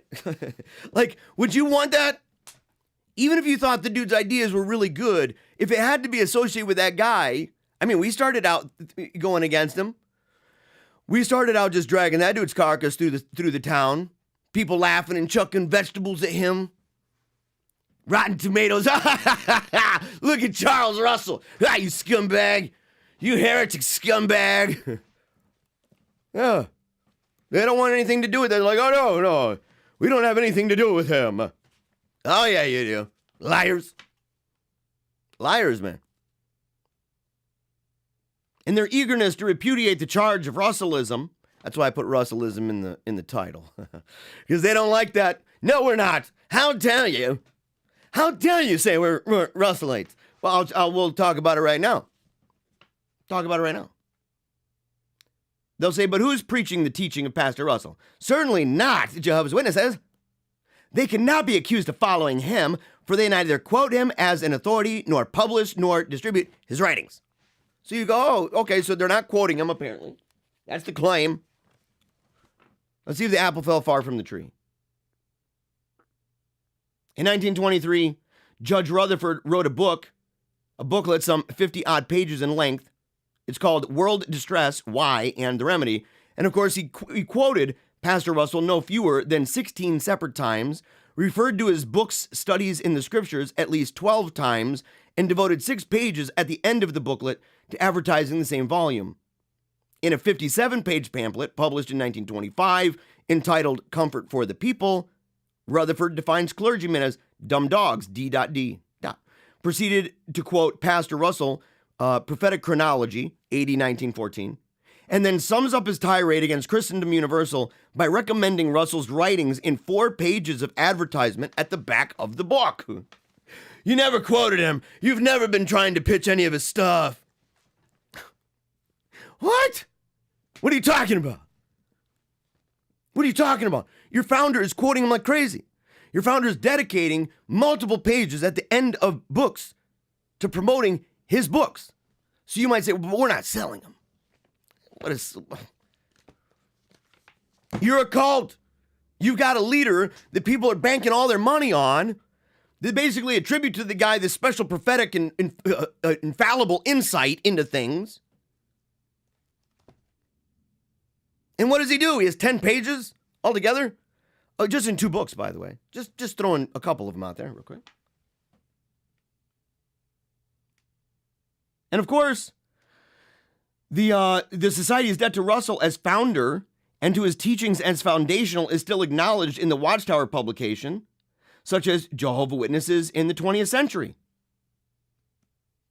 as well as the 1927 quote-unquote great literary effort entitled Creation, where Rutherford says this, and I may even still have that book, Creation. The Lord used Charles Russell to bring to the attention of the people an understanding of the Bible, particularly to those truths that had been taken away by the machinations of the devil and his agencies. He used Charles Russell to write and publish books known as the Studies in the Scripture, by which the great fundamental truths of the divine plan are clarified. So he's your predecessor. He's the guy that starts the organization that ultimately would change names to separate itself from the agency that he started. You're quoting him, the second person in line is quoting him like crazy, has a disagreement with him, true, has a disagreement with him, and yet at the same time says that his work is foundational to these truths. Who else would he say that about?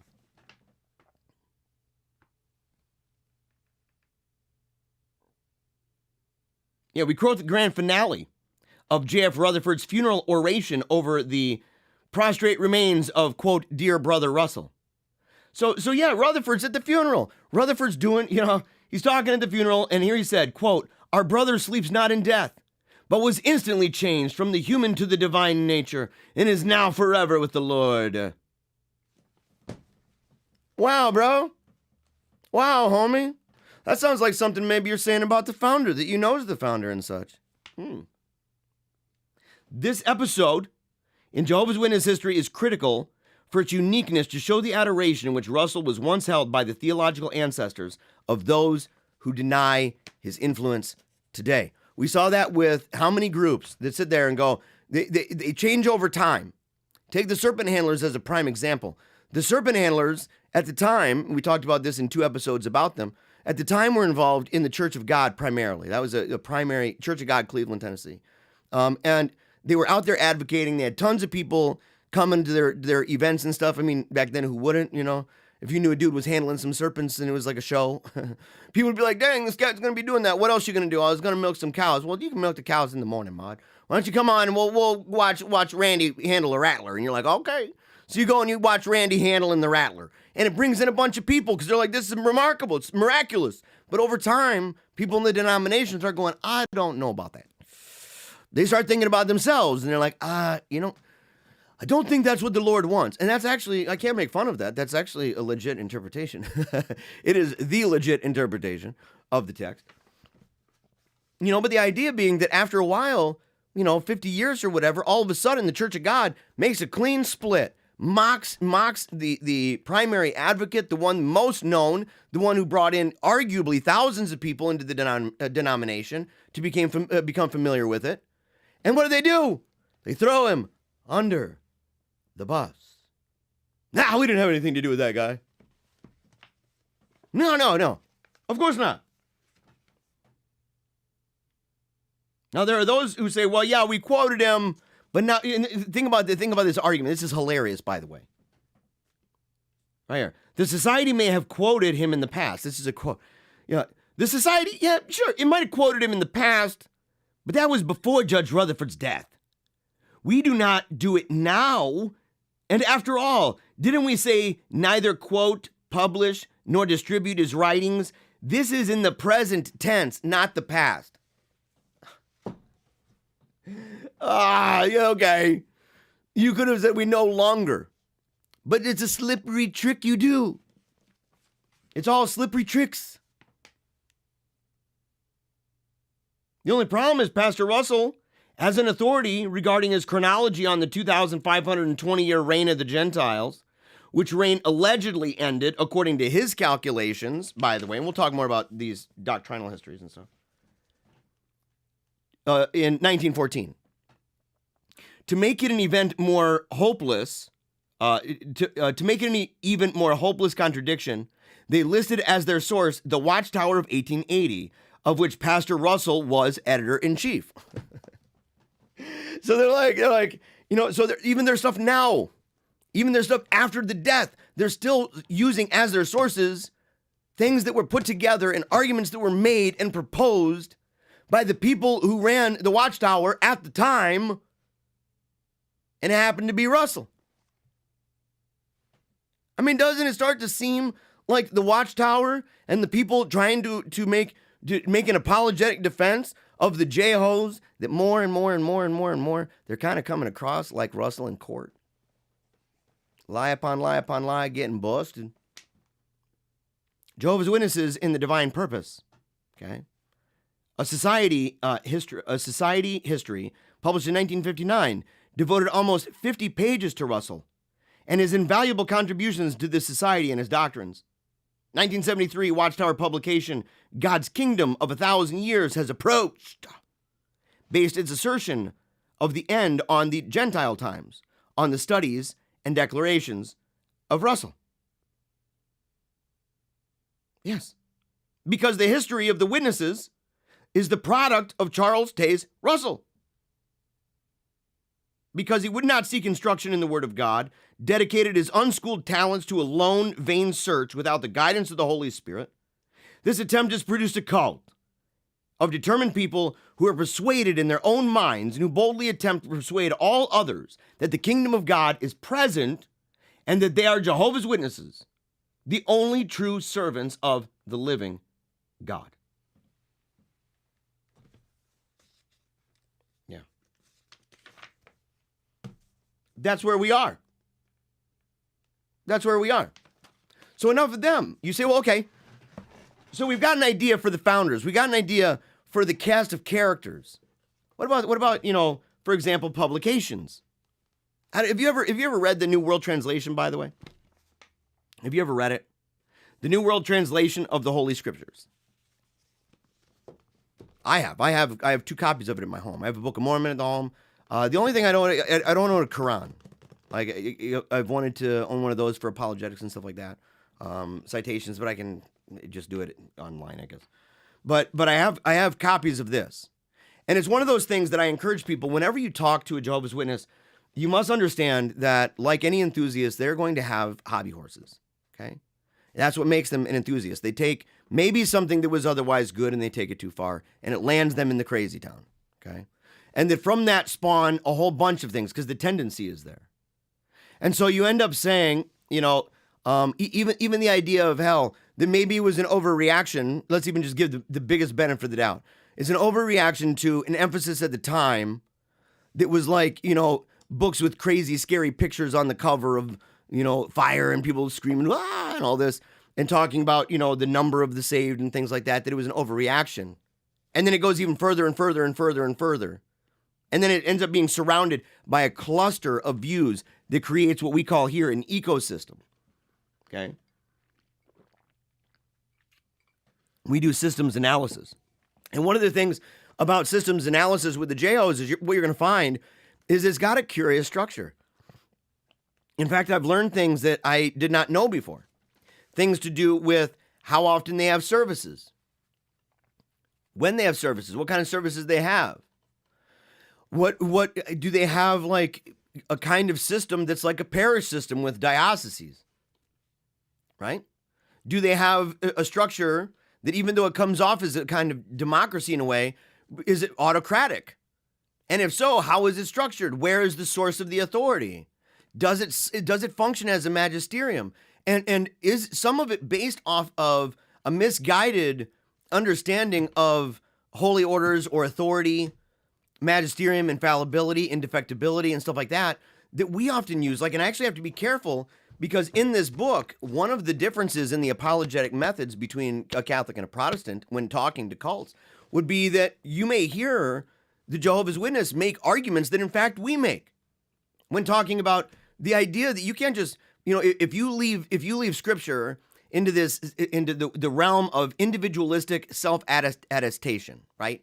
You're saying that there's a perspicuity of Scripture, everybody's able to read it, everybody's able to walk away, that there's a kind of, it's attesting, it's self-attesting, and so it connects with the individual, and we say, I recognize this, and the Holy Ghost gives me lights to figure this stuff out, and it's not within the bosom of the church, and the church is not visible to them. If you have that, you're going to end up having doctrinal and dogmatic chaos.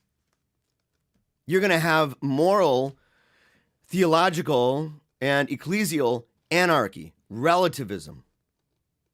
It's going to be a joke. And it took a long time for more and more Protestants to recognize just how bad that is. It wasn't until, I think, the advent of the Yellow Pages, where they would go in, back in the day, you would get phone books. So you get phone books, and they would have in front of them a list of all the churches. It's one thing to pass by a number of churches on your daily drive to work or school, things like that. And you might pass by ones you've never seen before.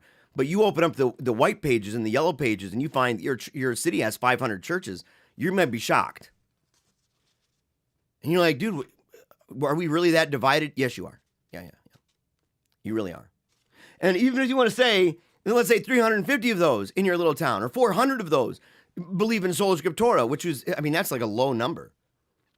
By and large, in America, you'd have way more than that. By and large, okay, especially in the 90s and stuff like that. Kind of hearkening back. So the idea is that you're going to have more and more and more, and people are going to see it, and they're going to be irritated by that, because they do understand the idea of that we would be one, even as the Christ and the Father are one. That we would not have divisions amongst us, saying, I'm of this group, I'm of that. And the people would say, man, but where do we base the unity? This has been going on for a long time. You have different models. Luther's model of saying that there's a kind of infallible catechism, or his decisions regarding certain things are infallible, taking on an autocratic role, at least to fill the void for a moment, and then hope that everything else, everybody follows suit. But people took his assumptions and the things that the decisions he made, and they embraced it for themselves and said, why, you're trying to pull the stunt where the heresiarch says that it's okay for him to get married, but all of his followers can't. You're allowed to take your stand at Worms and have enthusiasm bursting through your veins, but I'm not allowed to also enjoy the virus of Martin Lutheritis? Just you? That's convenient, isn't it? And so they see it. So that's one model. Another model is the Count Zinzendorf model that says it's kind of the modern Protestant ecumenism that's trying to figure out on essentials unity, on non-essentials liberty. But they're not able to even define the essentials. So within Protestantism, there is this creeping awareness of a lack of unity, a creeping awareness that the unity that they claim that they have with other Protestant Christians is shallow. It's arbitrary. And they're understanding it. Well, sometimes these cults are responding to that void and saying, well, look, if we believe that Rome is gone, if we believe that that's an apostate church, if we believe in restorationism like every other Protestant group, what, number one, would they be fair to criticize other Protestants to say, you guys say that Rome was apostate, and yet you guys accept the verdicts from how many church councils? You accept how many traditions that are papist, religionist? How many? And they would rightly, if from their position, say, look, why are you basing it off an apostate system? And it's got to be a little weird if we think about it. It would be like, nowadays, it would be like if Joe Biden called for a council. If Joe Biden called for a council and a bunch of Mormon oracles came together. People would be like, why would I believe that? And you go, you're doing the same thing with the church councils that came before. And you say, well, what if they came up with something that was really, it provided answers for things? People would still reject it. They'd reject it because of the source of it. They'd say, I'm not, why would we all of a sudden embrace that? And now in the history of our denomination, we say, and then the Mormons got together under Joe Biden to come up with something, and they happened to do a really good job, so we all bought into it. But the JeHos see that. And so they criticize them. And they say, you can only have what we're looking for based off of this idea. Based off this idea that that you need a church, you need some kind of an institution that is able to guide you through this. So for anybody who wants to engage with Jehovah's Witnesses, I strongly encourage you, strongly, to familiarize yourself with their Bible, for example, because at the back of the Bible, they have a kind of catechism. So it will have their beliefs laid out alphabetically, in alphabetical order, and you'll be able to go through and find what their beliefs are, a basic description of them, and it provides something for people where it says, here are the Bible verses you can go to, and so you would be able to do that. I would encourage people, don't just think that you're going to roll up onto a Jehovah's Witness or up onto a Mormon or up onto someone involved in Christian Science or Sedevacantism or any of these groups like this, and that you're going to roll up into these groups and you're just going to go to town on them. Because if nothing else, their enthusiasm drives them to certain propositions, to certain claims, a thesis. You haven't addressed my thesis. And their cultic motivation makes it so there's a cultic adherence to the conclusions that the institution has come to. Because everything at that point is on the line.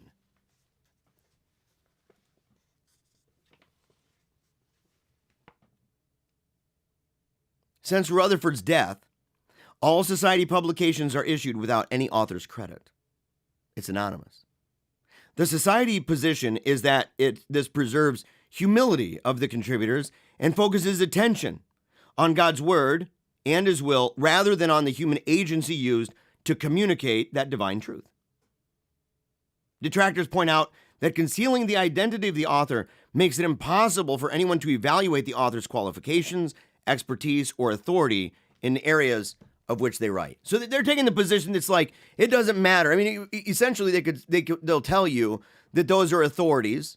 Those are people that are highly skilled, and you have to suppose to an extent that at least within their framework, that's true. That they're not just picking Rando Joe and saying, hey, Rando. And you're like, me? What? And you're like, yes, you. Come over. We need you to write for us. And he's like, okay, I goes. So you know that it's coming from people. You don't know how many. They're not going to publish the names.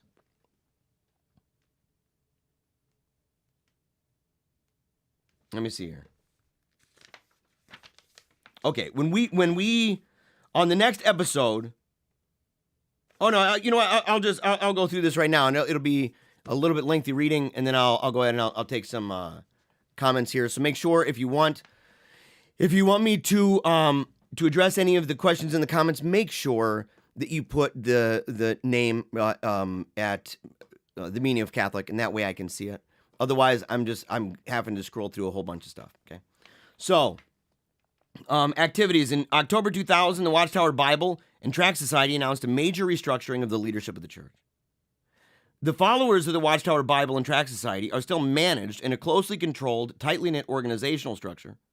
This dedicated from the governing body in Brooklyn, New York, and is not open to any adaptation or revision from any other authority. So it's which, you know what, denominations that way. So far, so good if it's just, a denomination. But its power is now largely moral. The Watchtower organization having been divided into different corporations, which individual presidents who are not members of the governing body, that it's presided over by people who may not be part of the governing body. Why would they do that, by the way? Why would you do that to say we're decentralizing everything? One of it, the governing body, is a group of heavenly class, quote unquote, or, quote, anointed men, currently numbering 12. Now, that's at the time of this book. Presided over at the time by President Adams. I don't know who would be the president right now, by the way, in the comments. And after the show, you know, if you're watching, hopefully somebody's able to put who's the president right now, to put that up there, and that way people can see in the live chat comments. The restructuring has restricted the legal accountability of the Watchtower organization as a whole. New members must immediately begin training for fieldwork by spending time with older members as they conduct their own fieldwork. And you've probably seen this. You know, I was a lady one time that she'd come over to the house a lot when I was an unbeliever. And I remember giving her water, you know, because I would see her walking and stuff, and I could see it was super hot outside. She's with her kids and stuff. She's going door to door. And I knew that in Dorr, Michigan, there were a lot of people who hated the JeHos. It's probably a common thing, right? I'm assuming a lot of people hate talking to them or enjoy, you know, getting into arguments with them, but they still do it. And so I provided them with some water. It was her and her child. I think it was her daughter. And they started coming over, and they would ask if they could park in front of our house a little bit in the grass and stuff. I had no problem with that. They were going to park somewhere, so I didn't care. But they started getting more involved and coming to the house and wanted to talk to us a lot. And I have to believe that it was an open door idea, that they were like, oh, we think that God's provided this, that Jeremiah is going to be, you know, a good candidate for this. They couldn't have been more wrong on multiple scores. Not only was I an unbeliever at the time, embroiled in sin, right? So I had no interest at all of anything religious like this. Hated God. At the same time, I had also studied Jehovah's Witness theology. I was familiar with their works. I had read large portions of their translation. I'd studied their commentary in the back, the catechism in the back, right? The catalog of beliefs and verses and references. And after a while, we'd go back and forth. And I remember I proposed to her a number of questions because I didn't want to see her in the Jehovah's Witnesses. I didn't care if she was an unbeliever, but I was like, I knew Jehovah's Witnesses is a cult. It's wicked bad. And so I'm talking to her. Well, she was obviously really confused by things, and she didn't know how to answer them. And I didn't have an expectation of her to really do that. And I know that a lot of times you may talk to people and people may talk to you where you feel that they one-upped you on something. That doesn't mean your system that you believe in is bad, or that it's wrong, or that it doesn't have the answer. It just simply means in that moment, you may not have done the best job. In fact, you may have done a better job by not answering a question thinking that you did have the answer to it, that there's a sense of humility, and it's okay for it to be humbled. You don't need to beat those people. You need to be a witness to them. You need to provide a reason for the hope that you have. You don't need to have every apologetic argument in the book down pat. That's crazy. That's not very traditional. Okay, but she ended up bringing in people who were there much longer, guy. And he came in, and it was like the Mormons, where you've got somebody who's kind of a pizzazzy individual accompanied by somebody who's a little bit quieter but maybe more scholarly. And they know how to put them together, to place them together. In this situation, the guy that came, he was more informed, or so I thought. And in fairness, he was more informed than the woman, but he wasn't very good. And we got into discussions, and eventually he's like, it was one of those things. I had not said anything that I remember that was like overtly blasphemous or anything like that. But from their perspective, he's watching as I'm basically owning this guy on his own theology, just showing how his own theology is no good. Right? And so I'm going through and I'm showing him, well, it became quite obvious that the wife or the woman and her daughter, they're sitting there watching this whole thing play out. And you could see on his face that he knew that this was bad. And he basically left, and he told her, he said, you need to come now, to the woman. And she started crying. And I sat there and I was like, we've been nothing but friends to you. And she looked at me and she shook her head no, and she walked out. That actually broke my heart that day. I did not have anything against this woman or her daughter. In fact, we had really actually come to appreciate them in some ways. And I've always appreciated, even for people that have beliefs, as long as they're not, like as long as they're not, going out there with bombs strapped to their chest and stuff, and they're sitting there and they just believe what they believe and they want people to hear it, that if there's something to be said. I said it about the serpent handlers. I said it about them. I said there's something to be said about people who are willing to put the idea that they are unafraid of death because they believe in the Lord, that that they have faith in the Lord, that in his miraculous power that he will protect them, and that they're following what they genuinely believe is the proper interpretation for a Bible verse. There's something about that. And I think that when it comes to cults, especially, a lot of times, I'm not saying everybody, there's a lot of people that you would not want to debate. I mean, I'm being honest. There are people in that world that you would not want to debate. They may be very well-read people. They know their arguments well. They may know your arguments well, too. And they may be sly and crafty. And we really need to have the skill set that St. Irenaeus talks about when talking about exposing a system, manifesting those things within their system, attacking it as a system and not just a piecemeal reply. But I would go a little further and say, I'm not in situations with cults. I think piecemeal replies are okay sometimes. Not as the main gist of it, but Irenaeus would say it too, that you go after the system as a whole, the beast as a whole, and you lay it bare.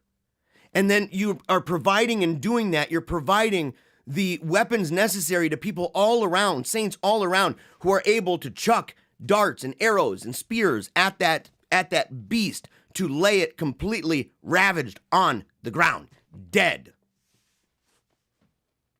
But those darts are individual arguments. And I think sometimes with cults like this, an individual argument, if you were to effectively convey the idea of the Trinity, even just to show that they don't even know what they're talking about, or you accurately convey ideas regarding the establishment of the canon and how the very standard that they're using when saying that they're condemning all of these Romanist groups, the religious institutions, that when they're doing that, they're still banking on the canon that was provided by the church. Minus, of course, books that Martin Luther took out. Martin Luther and Company. And if you were able to show them these things and demonstrate these things, you may not convince them. It's highly unlikely you will convince them in the moment. You probably will never have a situation where anybody just walks up to you, debates one time, and says, lead me right now in a prayer. I want to join right now. Highly unlikely. But you get the wheels turning. And in some cases, that chink in the armor is the kind of thing that with a cult, because it's a complete thing that goes, it's very difficult to disentangle it. That if you sit there and you pop it, it's more like a balloon. Darts. New members, of course, begin training in the fieldwork. Spend their time with older members. In the past, publishers were witnesses who committed to an average of 1,200 hours per week in fieldwork. That seems really large to me. Wow, is that, yeah. I don't know how that's possible. Including door-to-door recruitment, sidewalk soliciting, and book studies. So it must have been a group of people together, like as an entire group. Those who dedicated a significantly greater amount of time than that earned the title pioneer to distinguish them from the publishers. Group meetings together are called congregations, but the places where they meet are called kingdom halls. You probably knew that. Not churches. Members appointed from higher-ups for the leadership are called overseers or elders. The person who leads the elder meetings is called the presiding overseer of the congregation. The service overseer handles service business within the congregation.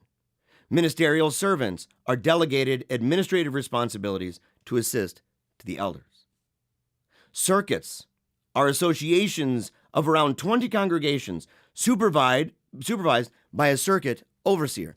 So I would say there's your diocese, and there's your cathedral, there's your bishop, Districts are geographical collections of circuits. Would that be like an archbishop, by the way? A district overseer organizes the annual district convention. Would that be like a synod? I'm wondering. Help me out in the chat if you're familiar. Which all new teachings and rules for the governing body are announced to all members, and at which new publications are presented. Collections of districts are called branches. Collections of branches are zones. And the Brooklyn Society office is called headquarters. And as I said, I've already talked about, we'll talk next time about the structural authority and what it means, by the way, to be kicked out, right? And what the idea of independent thought is, for example, and how their arguments really do in many ways echo our own, and how that might make Catholic apologetics a little bit different. It would make it a little bit different. It might also be worthwhile to be arguing over the chair of Peter. That may, in fact, be something to say, you know, you have a restorationist thing, and it would be falling back, of course, we reference all the time, St. Francis de Sales. We reference it all the time in talking about what he calls the invincible argument. But that would normally go only against groups. That's the Matthew 18 model. And where do you bring divisions within your church? And who has the authority to do a ruling? How is it binding? Is, you know, the authority, competency, and jurisdiction of the church? How does that make it universally binding? And all this. Well, they have that in their model. So it makes it difficult. So that's where we're going to go through this kind of a thing. You have to be agile, flexible. Jehovah's Witnesses have 1 day of ceremony each year, only 1 day of ceremony, the memorial of Christ's death at Passover. At this ceremony, held in large auditoriums, all members are expected to be present, along with family, friends, prospective members. The elements of the Lord's Supper are passed through the audience, but only those of the anointed or heavenly class are allowed to partake. That number, by the way, is fewer than 9,000 worldwide, since no one born after 1914 is considered eligible for the class. I'd like to know how many are there now. I mean, those people would be 108 years old. Jehovah's Witnesses reject celebration of any other religious, national, or cultural holidays, Christmas, Easter, birthdays, Sabbath, or Sunday ceremonies, etc., as pagan and idolatrous. Those members who are caught participating in such holidays can be disfellowshipped. We'll talk about disfellowship as well. And lastly, each Kingdom Hall has 5 meetings per week. I didn't know this. With all congregation members expected to attend. All right. Remember, right after this, we'll go through some of these questions real quick. Let me hop it up on the screen here. We'll go through some of these questions, and as soon as we are done with them, we will be heading over to the Wolfpack chat. You can find that link in the description below, and we will have our live the Afterglow Q&A super show, and it's a lot of fun. It's kind of like Skype, but you don't have to have a video on. You don't have to talk. You can just listen. A lot of people do. But we open it up to questions. It's organized, so if people want to ask a question, they unmute their mic. Although, if my wife is in there, I have to give her precedence because somehow I skipped over her last time. I did. She's like, I left. I was mad at you. I'm like, you were literally in the other room. Why didn't you just come in here?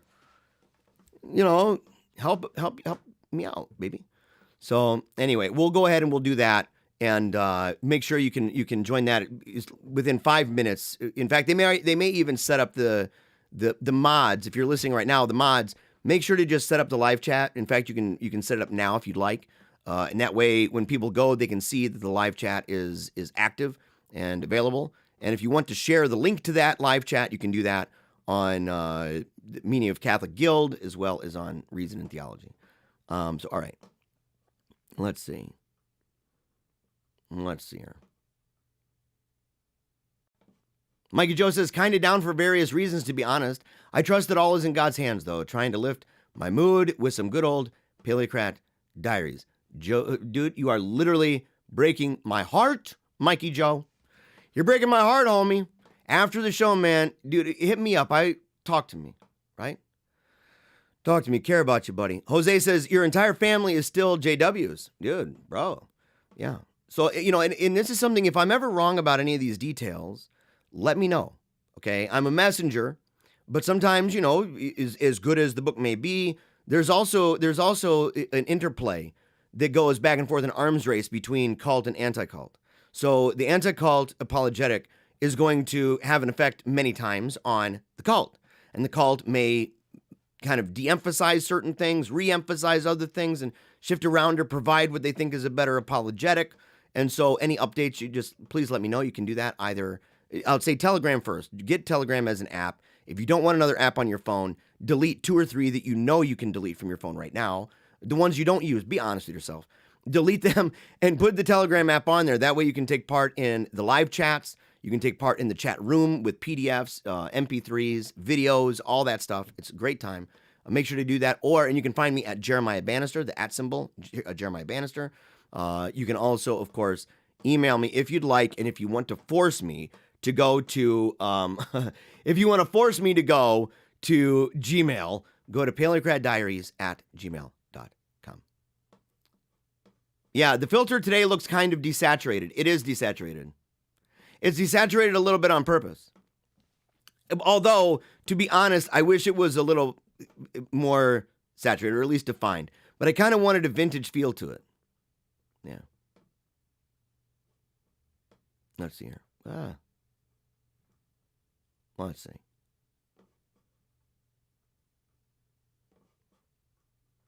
Yeah, JeHos, yes. Air guitar riffing ensues, man. We have to put together a list of all the different things that people are playing. The didgeridoo, right? That horn. I need to find out the name of that horn that's used on those Ricola commercials, right? The dudes at the top of the mountains do that. The hammer dulcimer, the xylophone, the conch, the shofar. I didn't mention the shofar. We've got, of course, Haley is releasing the carrier pigeons, so letting the world know that PaleocratDiaries is about to begin. I got to put it together here. Let's see. They don't believe in the Trinity, the divinity of our Lord Jesus, so they believe that Jesus is in fact Saint Michael. My question, can we consider them as Christian? No, yes and no. You would not consider them as Christian because they're anti-Trinitarian, and other reasons. There are other reasons for that. However, you would consider them a Christian cult because when you're talking about that, you're still talking about people who are believing that they're basing it on the Bible, and that the world around, when they think of these groups, they think of them as a Christian cult. So there would be a colloquial sense whereby we could call them Christian in a public colloquial way, and yet at the same time on very particular discussions, I don't know if I would consider them. They might still be a Christian cult, but it's not really Christian. A Christian cult, it's only kind of Christian to whatever extent, but it's still something you would use. But I wouldn't even say I wouldn't say they're Christians. I'd say they're Jehovah's Witnesses. I would just use that term, and I don't know if they would identify. I mean, I guess I remember talking to some, and they say, yeah, we're Christians too, but you really get into it, and they understand that Christians, by and large, but that leaves open though. What do you say about Unitarians? What do you say about other Unitarians? What do you say about modalists? Is the Pentecostal church, the Apostolic Faith Church up the road that teaches Bible only, baptizes in Jesus' name, believes in speaking in tongues, doesn't handle snakes, but wears long dresses, avoids makeup and jewelry and stuff like that, but that they basically are, they also believe that the Father, Son, and Holy Ghost are simply modes of Jesus. And so that Jesus is the Father, Jesus is the Son, Jesus is the Holy Ghost. Are those people Christians? Most people passing by would say that's a Christian church. But it would be an inter-apologetic debate, I guess, on how we ought to talk about them when describing them generally. I would say especially in things that are written.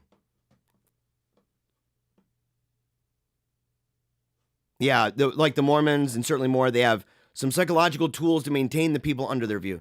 Yeah, we're going to talk more about that, about the psychological tools at their disposal that give people this sense. I mean, you can see it even in their art. You can see the kind of art that they do and the psychological mechanisms that are being played on. Let's see.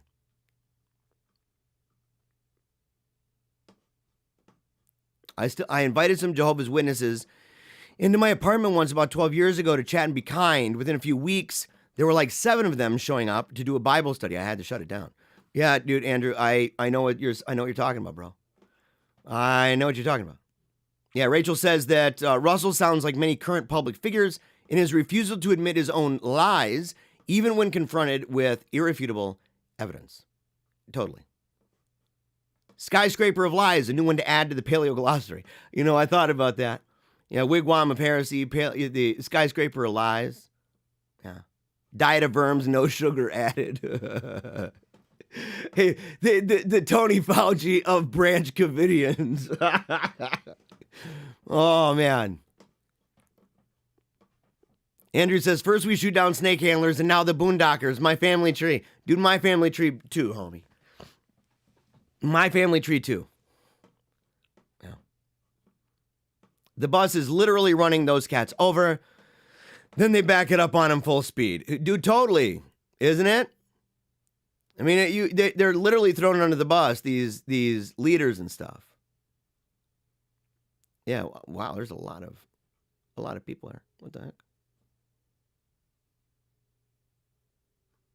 That's okay. We got to go down. I need to find the thing here. I was a JW. Okay, we've already said that one. Let's see. Sorry about that.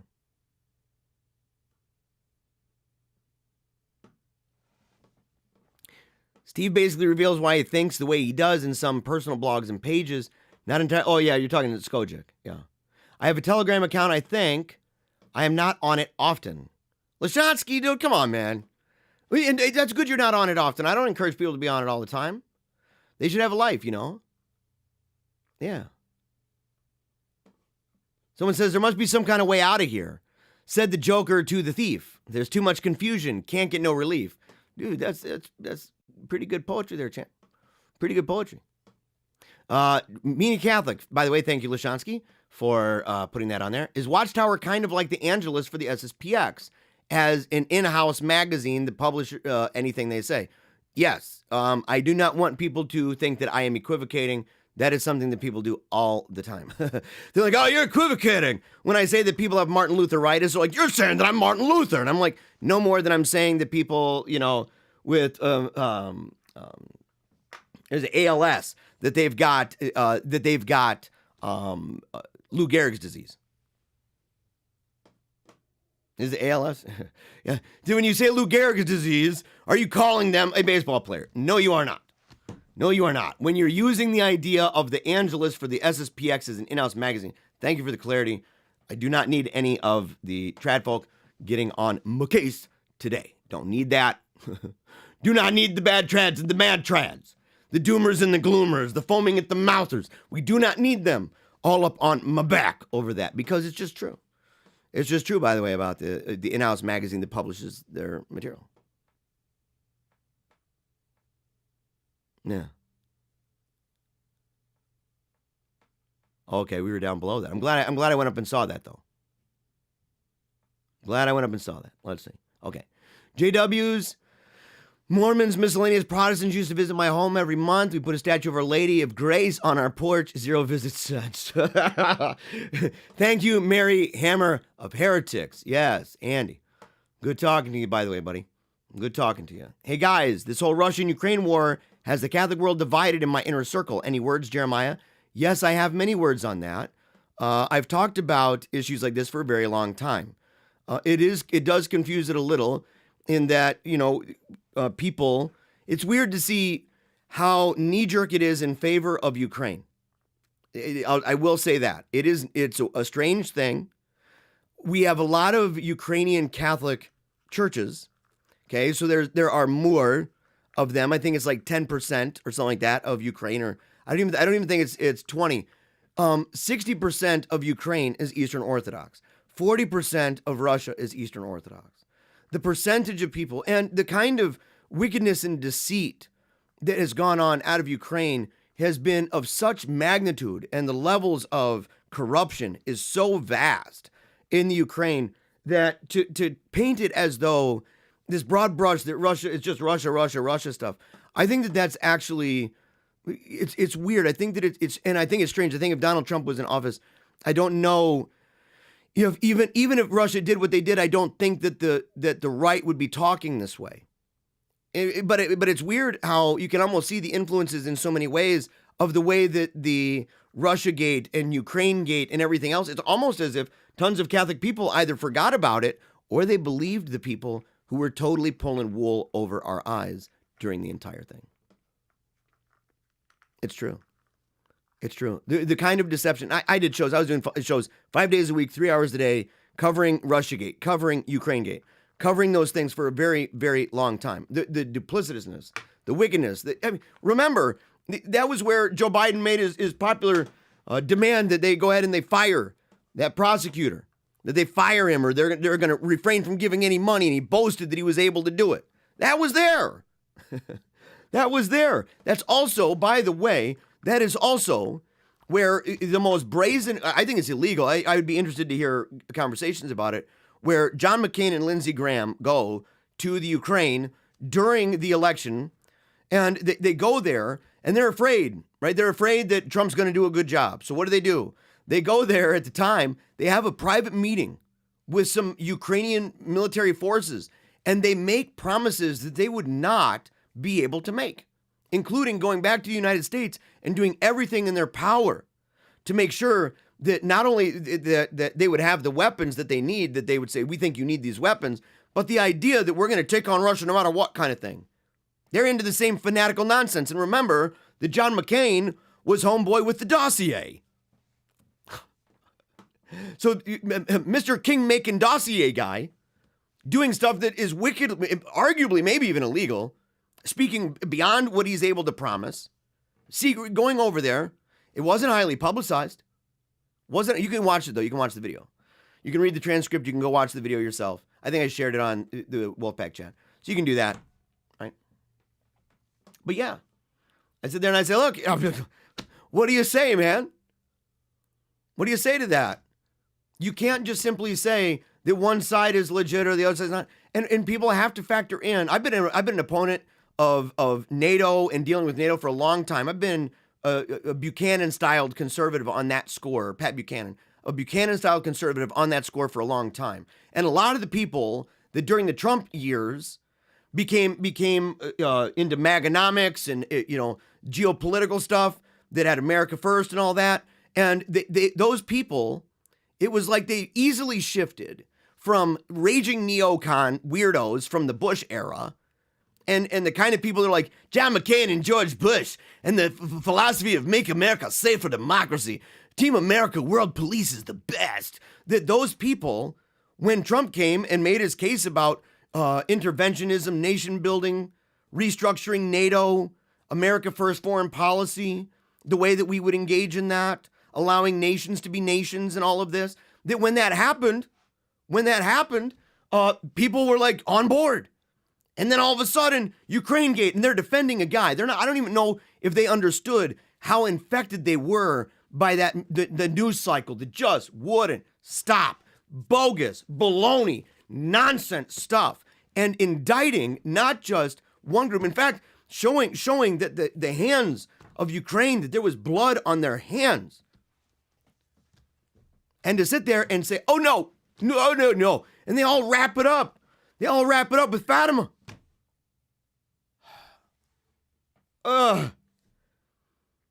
Or just CNN, MSNBC, garbage. Gag reflex level stuff. But the idea of, we can say aggressor and say, look, crosses a border, doing this kind of stuff. And you go, yes. I just want to know how they factor in the litany of broken promises. The litany of broken promises from the West that says we will not get close to your border with NATO. The litany of broken promises. And what would we do if the role was reversed? What would we do? I don't even think they're empathetic. And I don't know anybody who's praying for Christians in Russia. It's basically, they've just put on the neocon thing again. Maybe George Bush was right the whole time. Maybe Lindsey Graham and John McCain, maybe they were right the whole time. What a joke! What a joke! I used to talk about this every day. I've done too much to simply have this knee-jerk reaction. And I go, by the way, sometimes to an Orthodox, or to the Ukrainian Eastern Catholic Church in our town, St. Michael's. Love it. Love the people. Love the people. I also know the history behind it. One of the editors at the Angelus, actually, speaking of the SSPX, one of the editors spoke at a meeting of the Inquisitors and talked about the history of this. Unionized churches, different regions that have, caught between the East and the West over the years and how it functions and stuff like that. This is old school. And I'm not getting my geopolitics, by the way, from exorcists. I'm not citing just a bunch of theologians that's like, well, he's really good about the Eucharist, so he must really know a lot about geopolitics. I strongly encourage people to understand that is that person's lay apostolate when they're going out there and they're trying to understand the world and trying to advance the cause of Christ in this world, and that they're talking about it in the framework of geopolitics, or they're talking about it foreign policy, military, war, various theories of war, propaganda, how it works, journalism, how it works. And it's messed up when everybody's just like, well, I heard this priest say that. I'm like, what does he know? He watched CNN. Oh, okay, good job. That's great. I don't mean to be rude. That's real great.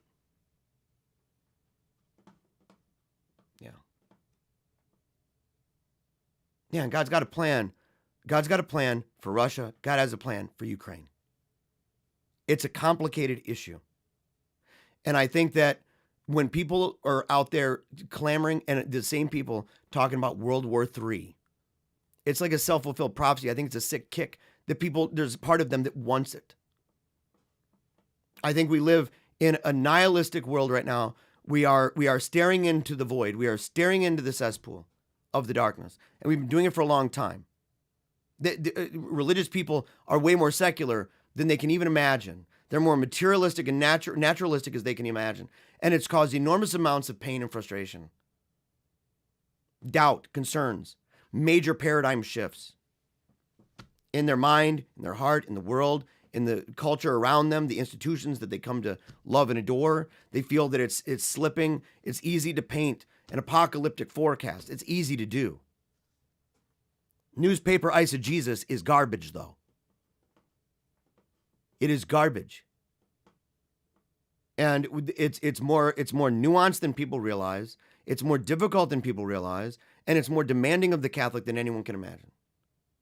And if you don't have that position, if you're not maintaining that position, you don't get it. You don't get it. All right, we're going out of here. We're going out of here. I gotta go. I'm already way too late. I'm way too late. All right. Thank you very much for being part of the show today. I'm very grateful, of course, for all of you. I'm grateful that you tune in. I'm grateful that you love the show, that you connect with it. There's something valuable about the show, and I'm grateful, right? And if you love the show, and I know you do, and you might like the Kaiser a little too. If you do, make sure, head on over right now, in fact. Look down in the description right now. Stop looking at me. Look down in the description below and follow it to go find the Wolfpack chat. Because the Wolfpack chat in about, 5 minutes is going to have your boy on there to talk about the topics we discussed today on the show. It's open to anybody. It's public. It's free. You can go in there and it's an afterglow that says, do you have questions? Do you have comments? I may not have the answer, but that's why I'm glad you're there. Because there are other people. It's been awesome to see how other individuals in that pack are able to come together and help others to better understand these things. using their own gifts and talents, their own studies and experiences to help those people to be a better and more effective witness in the world, to understand what's going on in the world and how they can not only survive it, but that they can thrive and thrive even in spite of it. Trusting, in fact, that Christ is King, that He's got a remarkable plan. It's powerful. It's going to blow our minds. It's going to blow our minds, and we're part of it. We're fortunate. In fact, He made us for such a time as this. He made you, He made me, and He made all the rest of us for such a time as this. It's not an accident. God isn't sitting up in heaven biting His fingernails, hoping, why did I let this happen? No. Before time, He saw you here. Before time, He decided that's what He was going to do. And He knew that we would end like this. Never give up, keep on smiling, and memento mori. I wanted to make people dream bigger thoughts.